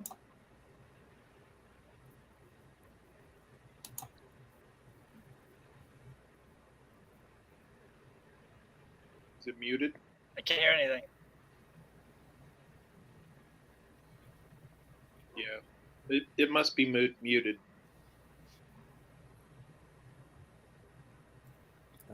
I do not know why the sound is not working. Well, you can narrate it while he's playing it. That's an idea. Wait a second, hold on. You can't hear it? Correct. The sound is not coming through. I'm sorry. My apologies. That's totally on me. Technical difficulties. Please stand by. Yes. Hey, everybody. Normally I do this with my little buddy Mooney, who's been a great spokesman, and he's also a character in the book Beowulf. Unfortunately, that wasn't possible this time, but let's roll the trailer anyways. Hazel always knew there was something special about her cat Moody, but she's still shocked when Moody opens his mouth to tell her he's just had a vision. An ancient evil has awoken after centuries of sleep, and only one man can stop it, the legendary warrior Beowulf. Unfortunately, it's been over 1,000 years since he's slain a dragon, and he's been reincarnated as this guy. His name is Victor, and he's more unemployed millennial slacker than mighty warrior. In issue 5, we see Hazel and Mooney take center stage after Victor's run-in with the dragon. Also this issue, the main villain of the series, Attila, reveals his plan to take on Mooney, Hazel, and Victor. Issue 5 is the next to last story in the arc, so you're definitely going to want to pick up this one so you'll know what's going on in the epic conclusion of issue 6. If you missed issues 1 through 4, lucky you. You get to experience them all for the first time. We have issues 1 through 5 in the catch-up tier, or you can pick whichever individual issues you need and add them on after you pledge. We have a standard version of issue 5 and the deluxe. The deluxe comes with an exclusive cover and several pinups at the end of the comic book. So back the story now, only on Kickstarter. Aww. If you're wondering why I looked distracted during the video, it's because my other cat, Stitch, was being really cute in the background. So, yeah, as the video said, it's been kind of hard. It's been kind of hard marketing this campaign without my little buddy Mooney to help. I'm telling you, just say, if you don't get this, you're an animal hater. Right. There you go. Man, that is a tough sell. Oh, that's a brutal pitch. Seriously. He's going right for the jugular there. Yep. Well, sometimes you have to do it. For the record, in Symmetry Creations has backed this campaign, so we do not hate animals. See, there you go. Right there you go. Oh, thanks. Don't you remember there was this comic that was like, if you don't buy this book, we're going to kill the character on the book? That's an idea. That was like back in the day. I remember that. I don't remember what issue it was, but I remember that it was like a gun pointed to the character. Like, if you don't buy this book, we're going to kill this guy. It was Jim Starlin killing Robin. Oh, there you go. Right. Oh, that was the call-in thing, right? Yep. Yeah. That was a 1-900 number. Yeah. Yeah. So Grant, walk us through this. I mean, if you want to. What are we looking at? So the idea is Mooney and his owner Hazel find out that a dragon has awoken after 1,000 years. It's Mooney's idea to go after the reincarnation of Beowulf. Unfortunately, Beowulf has been reincarnated kind of as a 30-something slacker, which you see right there. And his name is Victor. And so a lot of the comic book is them preparing Victor to go up against this dragon. Nice. Now, how are you making that transition from him being a slacker into becoming like this ancient hero? Well, part of it is that he inherited superpowers from his ancestor, Beowulf, who drank some of the dragon's blood, which is why he has the dragon wings and why he's able to kind of go up against this dragon. Cool. So, I'm sorry. Go ahead. No, because I know you're coming out in previews. You're doing the entire 6 issues. Yeah. Nice. Yeah. So this is issue 5. Issue 6 is going to be on Kickstarter later this year. Issue 1 is going to be in comic book stores in roughly 2 to 3 weeks. Cool. And then we're doing the rest of the issues quarterly as far as Diamond is concerned. Nice. All right. I mean, I think you're well on your way. You're more than 50% there. Yeah, and this is a long campaign too. I decided to try doing a long campaign because I did a little bit longer last time, and and I was rewarded by it. So I'm gonna try a much longer campaign this time. So yeah, I think it should be successful. Hey JD, scroll back up. It was a point I wanted to ask. Go up, where it says this is 100% done. Yeah. I like how that is in huge, giant letters, right there. What made you decide to put that on there? Not because it's done, but like, what was the deciding factor of putting that specific thing in such a large image?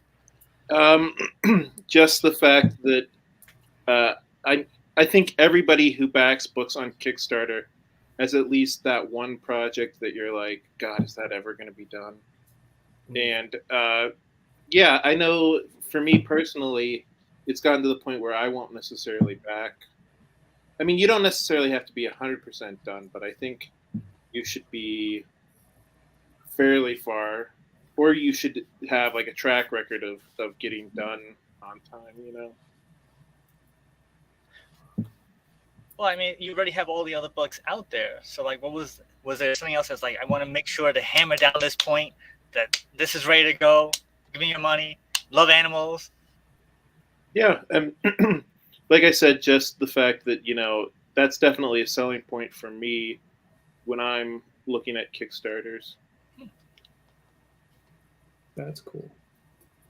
So, I mean, you know, how's it going with?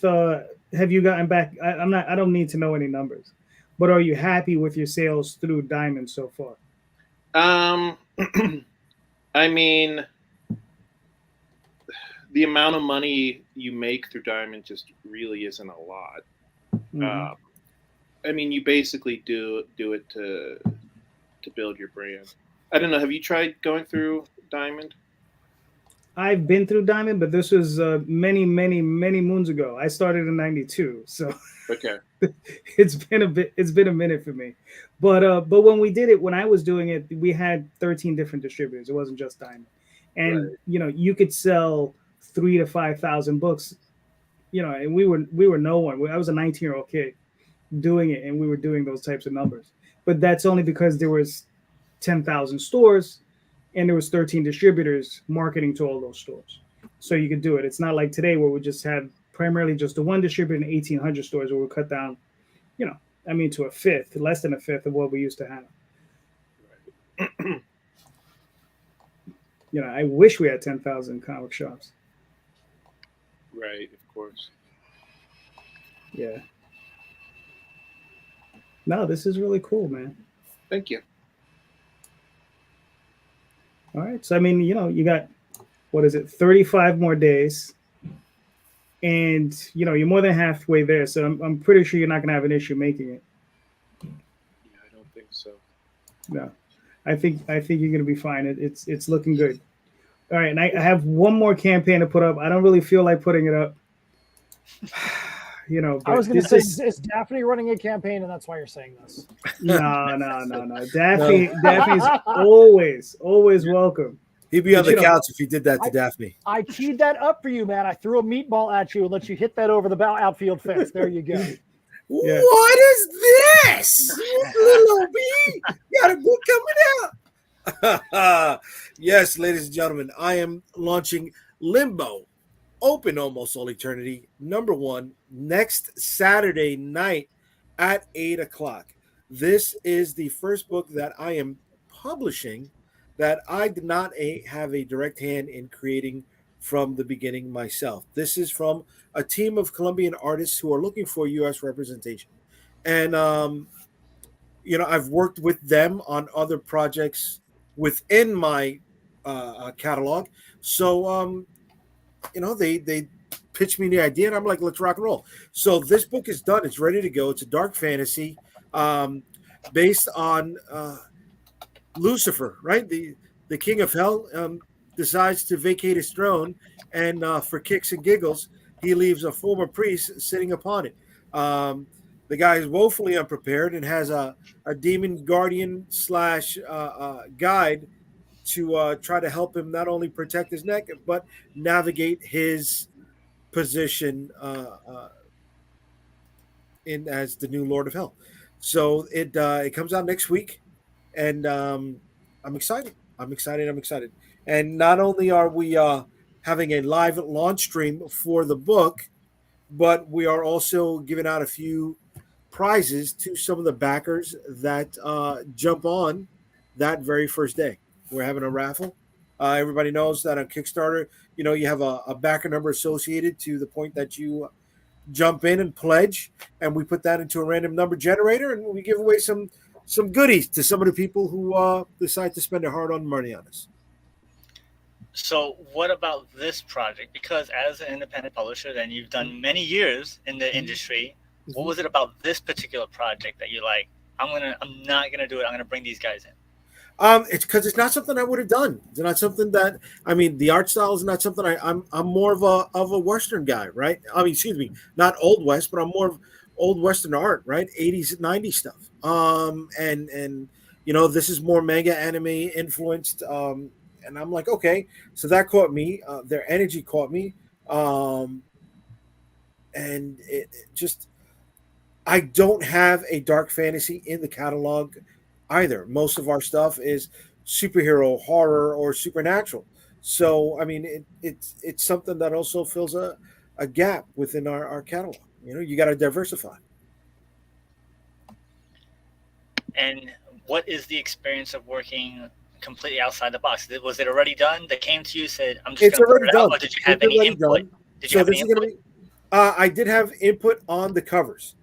There's going to be 2 brand new covers because they published this already in Colombia. And the difference is definitely going to be the English translation. They're providing 2 new covers and some things that I will be speaking about later on. You don't want to drop everything all out there at once, but this is one of a 3-issue mini, and issue 3 is being worked on right now. So it's not like the mini is not going to be completed. And we are also offering the digital in both English and in Spanish. So for one simple digital price, you're getting both sets. No need to choose one over the other. Nice. Oh, that's cool. Didn't you say also they had a deal also out in Spain? Not a deal. 2 of the guys are from Colombia, and the artist is in Spain. So he printed up his copies out there, and he's trying to move them, at cons, doing the pack the trunk business model that so many of us are aware of. So will that change the shipping because you're able to send it different places? No. The print we're going to be doing offset printing here in the States. So if people want this from outside of the country, they're going to have to pay for the international shipping charges from here. Now, why are you choosing offset instead of digital?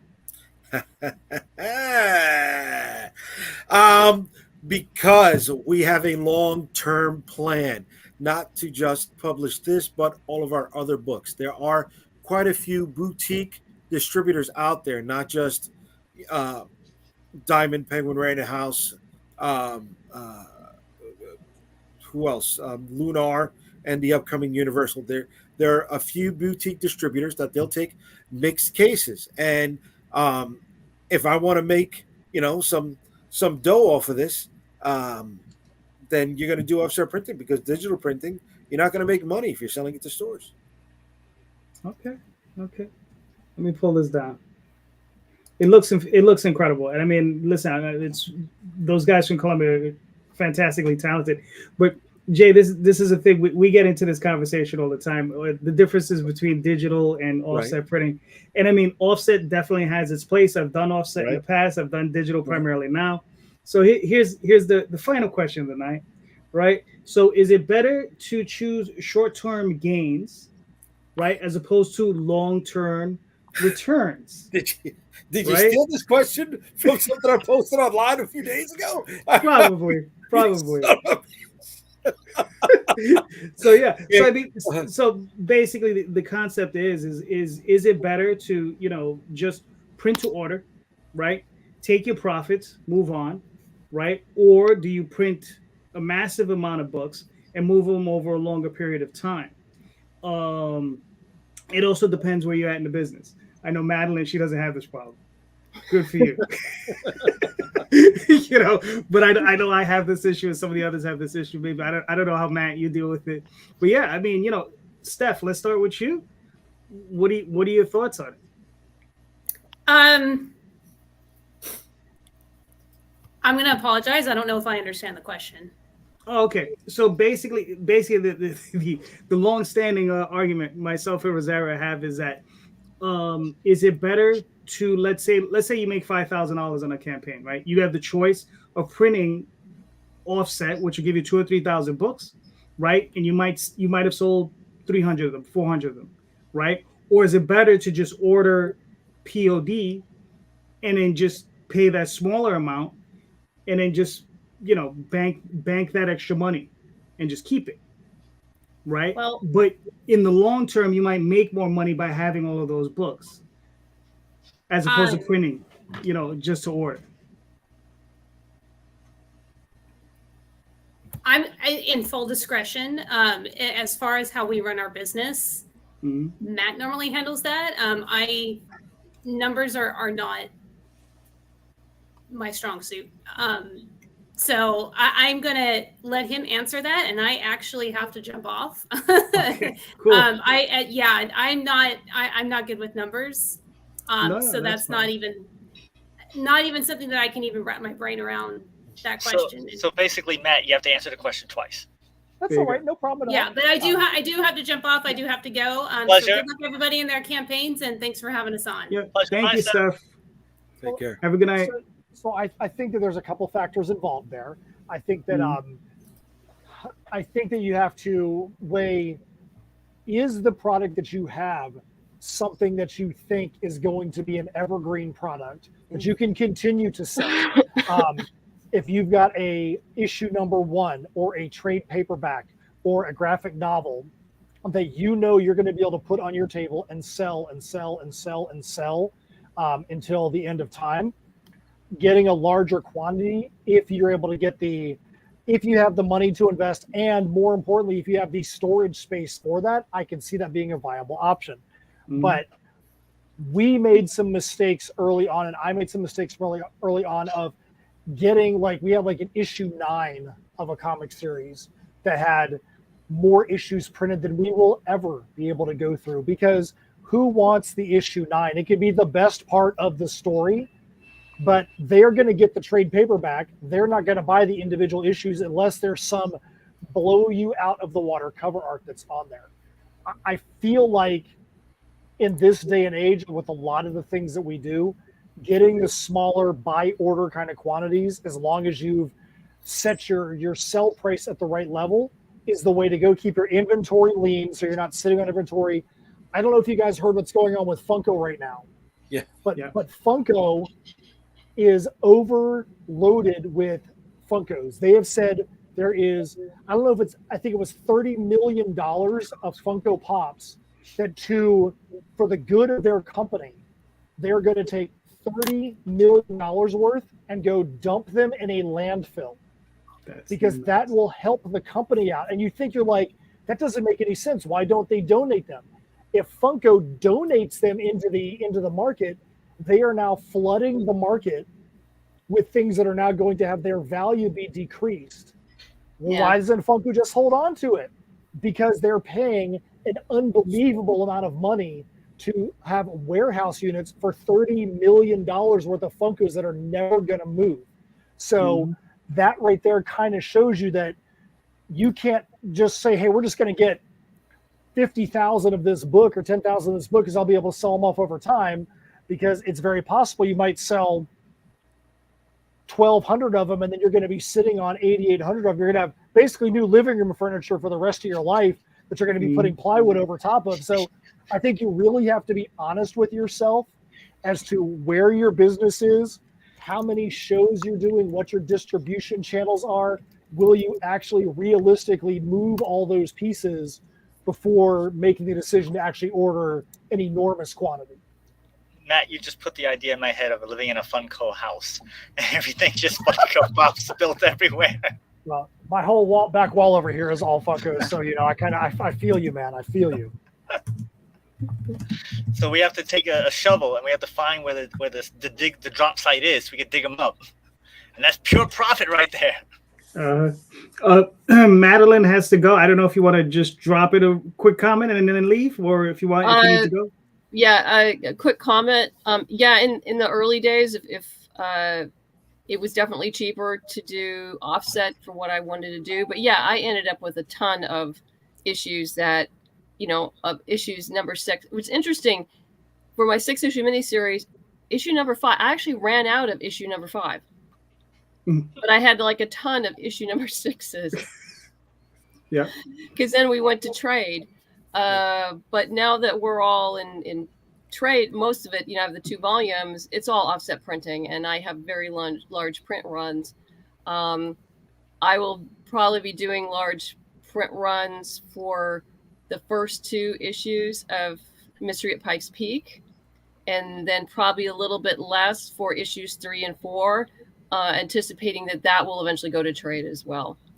But yeah, at this point, I do all offset printing unless I have, something, a short run. Like the variants will probably be digital because those will be short run. Gotcha. But anyway, thank you so much for having me on the show. Thank you, Madeleine. And helping me plug the Kickstarter. I really appreciate it. And I hope everyone does great on their Kickstarters. Yes. Thank you, Madeleine. Have a good night. Bye-bye. Bye-bye. All right. Grant, so what do you think? Yeah, so we actually just did our first offset printing for Beowulf. The Beowulf that's going to comic book shops.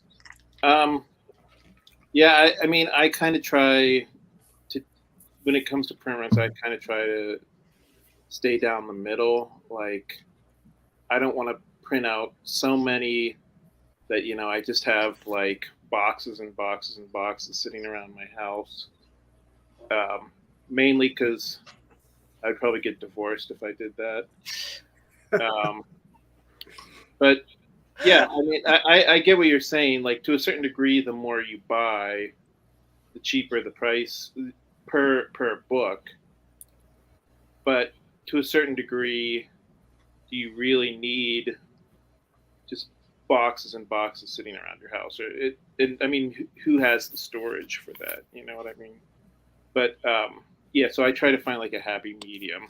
You know what I mean? Like when I'm looking around at printers, it's nice when the printers have like the estimator that's really quick, and you can just see like, oh, if I buy 500, it knocks the per book down by 20 cents.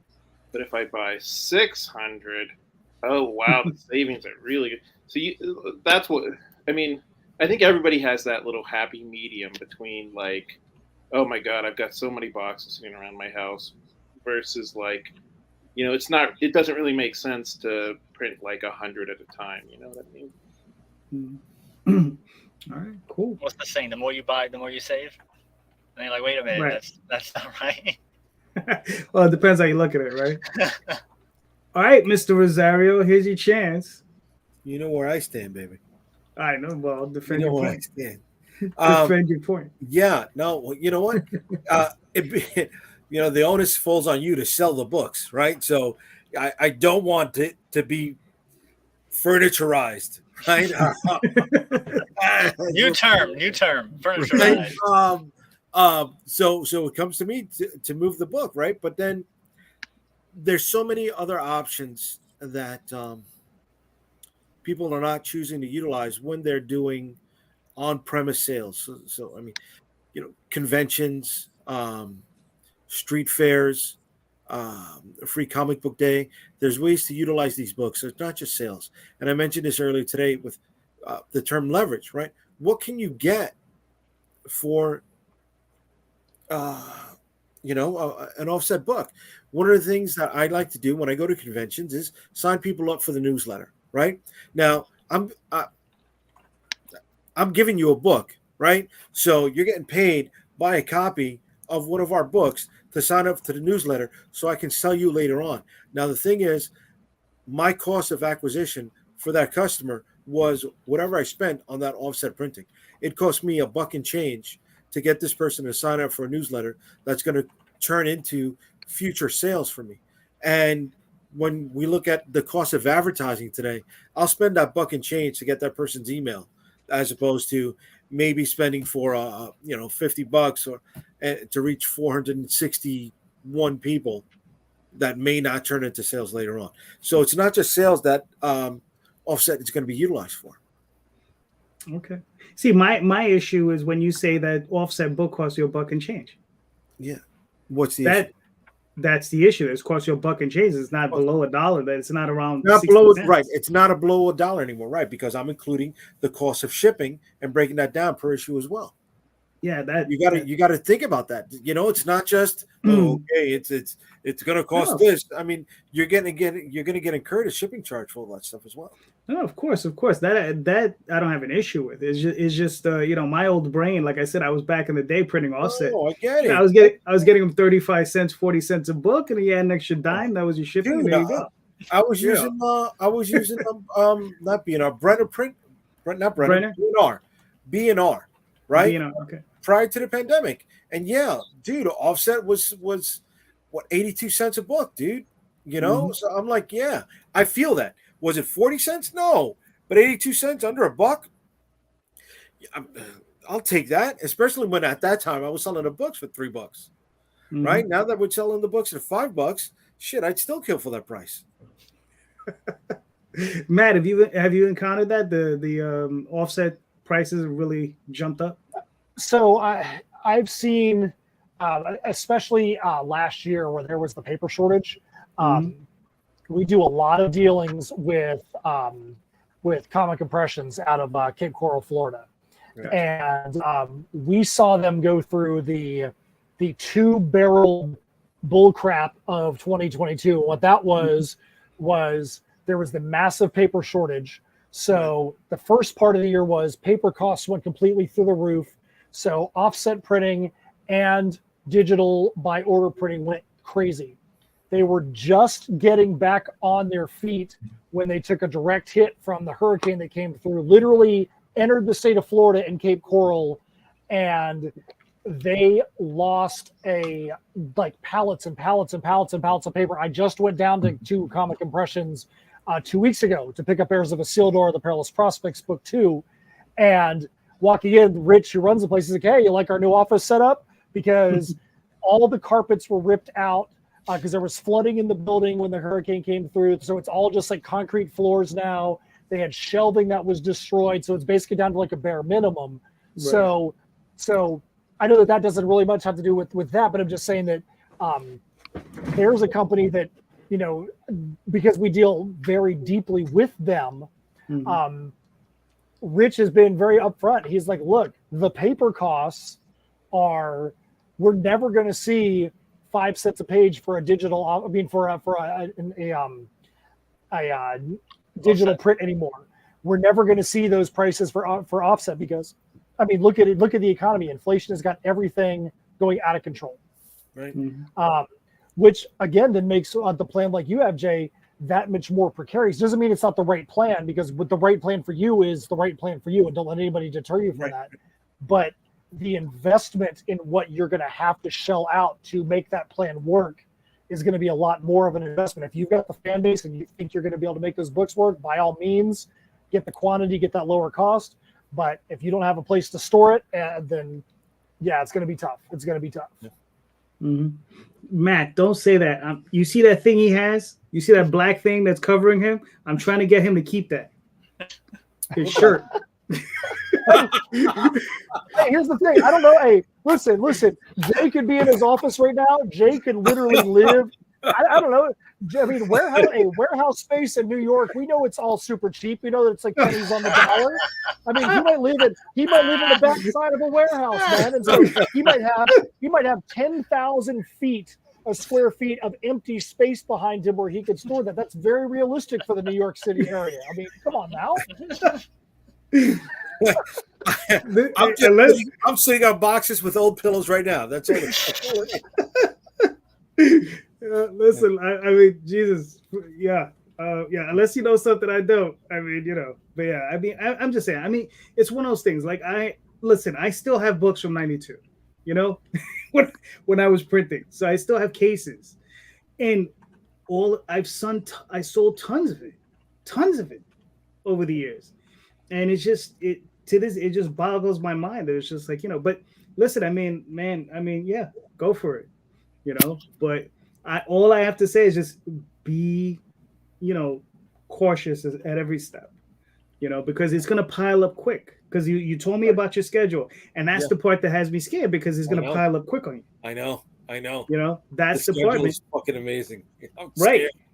Right. Because you're doing this book now. You're gonna print what, 2,000 copies? Yeah. Average. Look, we're printed up 2,000 copies, right? So of those 2,000 copies, there's going to be 4 different covers. Mm-hmm. So the A cover is going to get $12.50, and then $2.50 of each one after that. Cool. Now, 200 copies right off the bat are going to go comp, right? So that's going to go to the team and whatever. So that's going to bring me down. Excuse me. That's going to bring me down to 200 of the B, C, and D cover, right? Mm-hmm. And then another 1,200 of the A cover. Mm-hmm. From that, now we break down how many sets are we going to be selling through the campaign, right? 40, 50. Now we go into conventions. We're going to conventions, and one of the things that I love to do, and I don't have it here with me, and I'm sorry, are the mystery boxes. And that's one of the things that I do that makes me money. I sell a mystery box for $25 or 2 for $40. And in that mystery box, I'm packing it with 6 or 7 different books, right? My cost is minimum, all right? I'm making $12 to $13 per box. They're feeling like they got a value because they're getting more books than they would have bought right off of the table, and we can mix and match, and we can move some of our lower inventory. My biggest seller at a convention is the mystery box. People love those mystery boxes. Dude, that's like it's the weirdest thing. I just like one store had them, one place, and then all of a sudden everybody's got a mystery box. Mm-hmm. Listen, I'm just saying, move that stuff for me, right? Your schedule is aggressive. What's up? Your schedule is aggressive. I'm just saying, you're gonna end up with like 9,000 books in your living room. Yeah, I know. Trust. Well, dude, I already have a storage locker, right? Oh, okay. What we have. He is prepared to furniture-ize. Yeah, I'm prepared to furniture-ize. Right?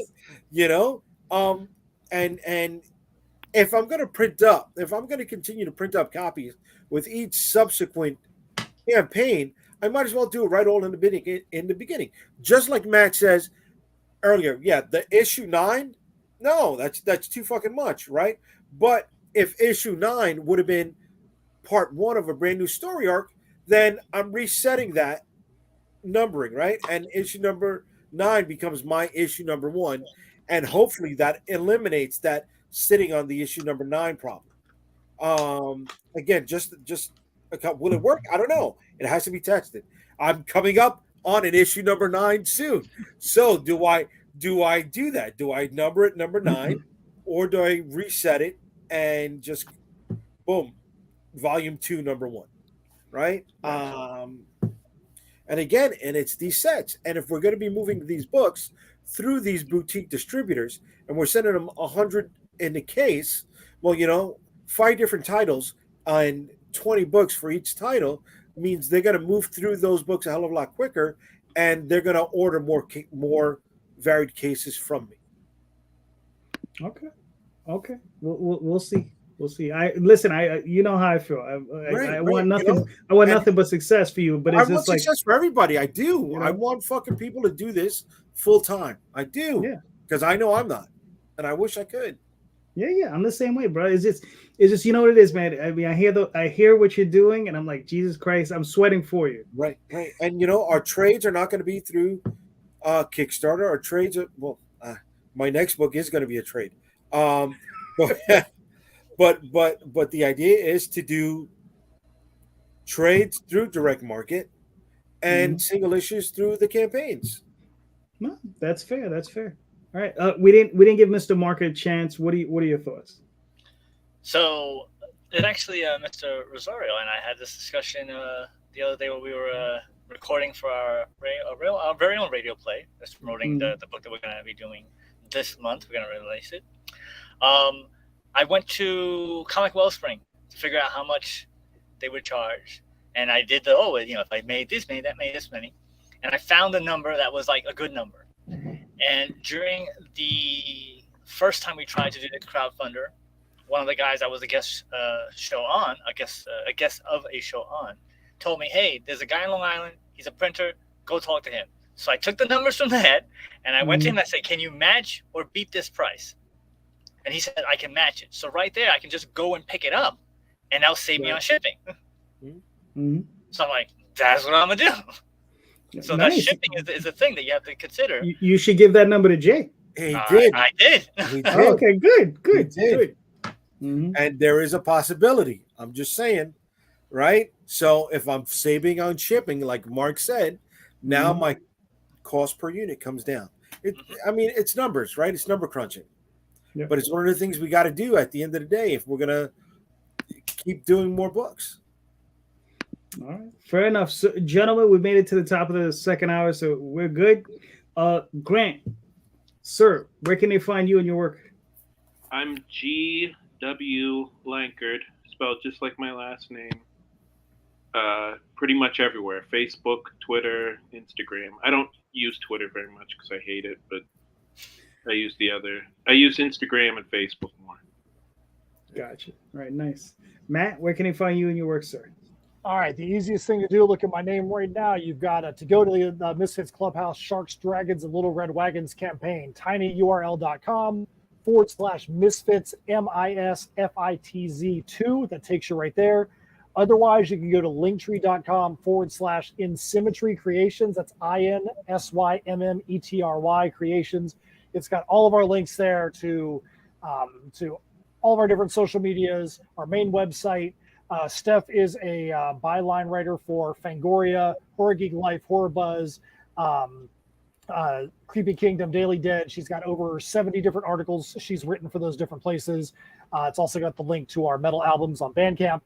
So that's the place you want to go if you want to find all the different links literally in our tree. But right now, we'd rather you go to that Tiny Earl and go check out Misfits Clubhouse. Tiny Earl. Love it. Nice. Mr. Rosario? UnstoppableComics.com. All roads for me lead to and from UnstoppableComics.com. So you can find all the social media links there. And you will also find out that one of the prizes for a random backer on Saturday's launch will be these spanking ass red foil covers from our last set, right? This here is $100 value. And somebody will be winning this just for backing the project. All right. This is the only time we're going to do the full set. So there's going to be a full set of red foil covers that are going to go to one lucky random backer. And there's going to be a full set of the holochrome covers. Very nice. So there's going to be two winners on our launch party live stream next Saturday at 8 o'clock. Oh, excuse me. Everybody who buys a book is a winner. Yeah, hell yeah. But physical backers only, please. We have digital sales, but this is only going to go to physical backers. If you are a winner and you're a digital backer, we're gonna send you one of our digital trades. Very nice. Mr. Mark, where can I find you your work, sir? So you can Google you can Google It Came From the Radio, or go to www.itcamefromradio.com. If you're in the Westchester County in New York, you can go to 88.1 FM WARY. You can hear us on multiple times every weekday, Monday through Friday after 10 p.m. If not, we're on over 45 podcast places. We're on 3 other online radio stations. Thursday on BTD.radio. Central Oregon Radio on Saturdays. We're on Sci-Fi Radio on Wednesdays, and we just got added to firstcomicnews.com. Nice. We're doing a live show courtesy of the East Meadow Public Library this Wednesday. We have MCon event organizer Kelly Gordon. He's going to be the host, our guest, and he's going to be giving away some free prints. Anybody, we can raffling it off to anybody who's there. And we have a book that's going to be coming out this month, so keep an eye out for crowdfunder, and keep an eye out on our website to have all the information. All right, cool. Well, I'm JD Calderon. You can find me here just about every Sunday with that gentleman down there, sometimes with that gentleman, right?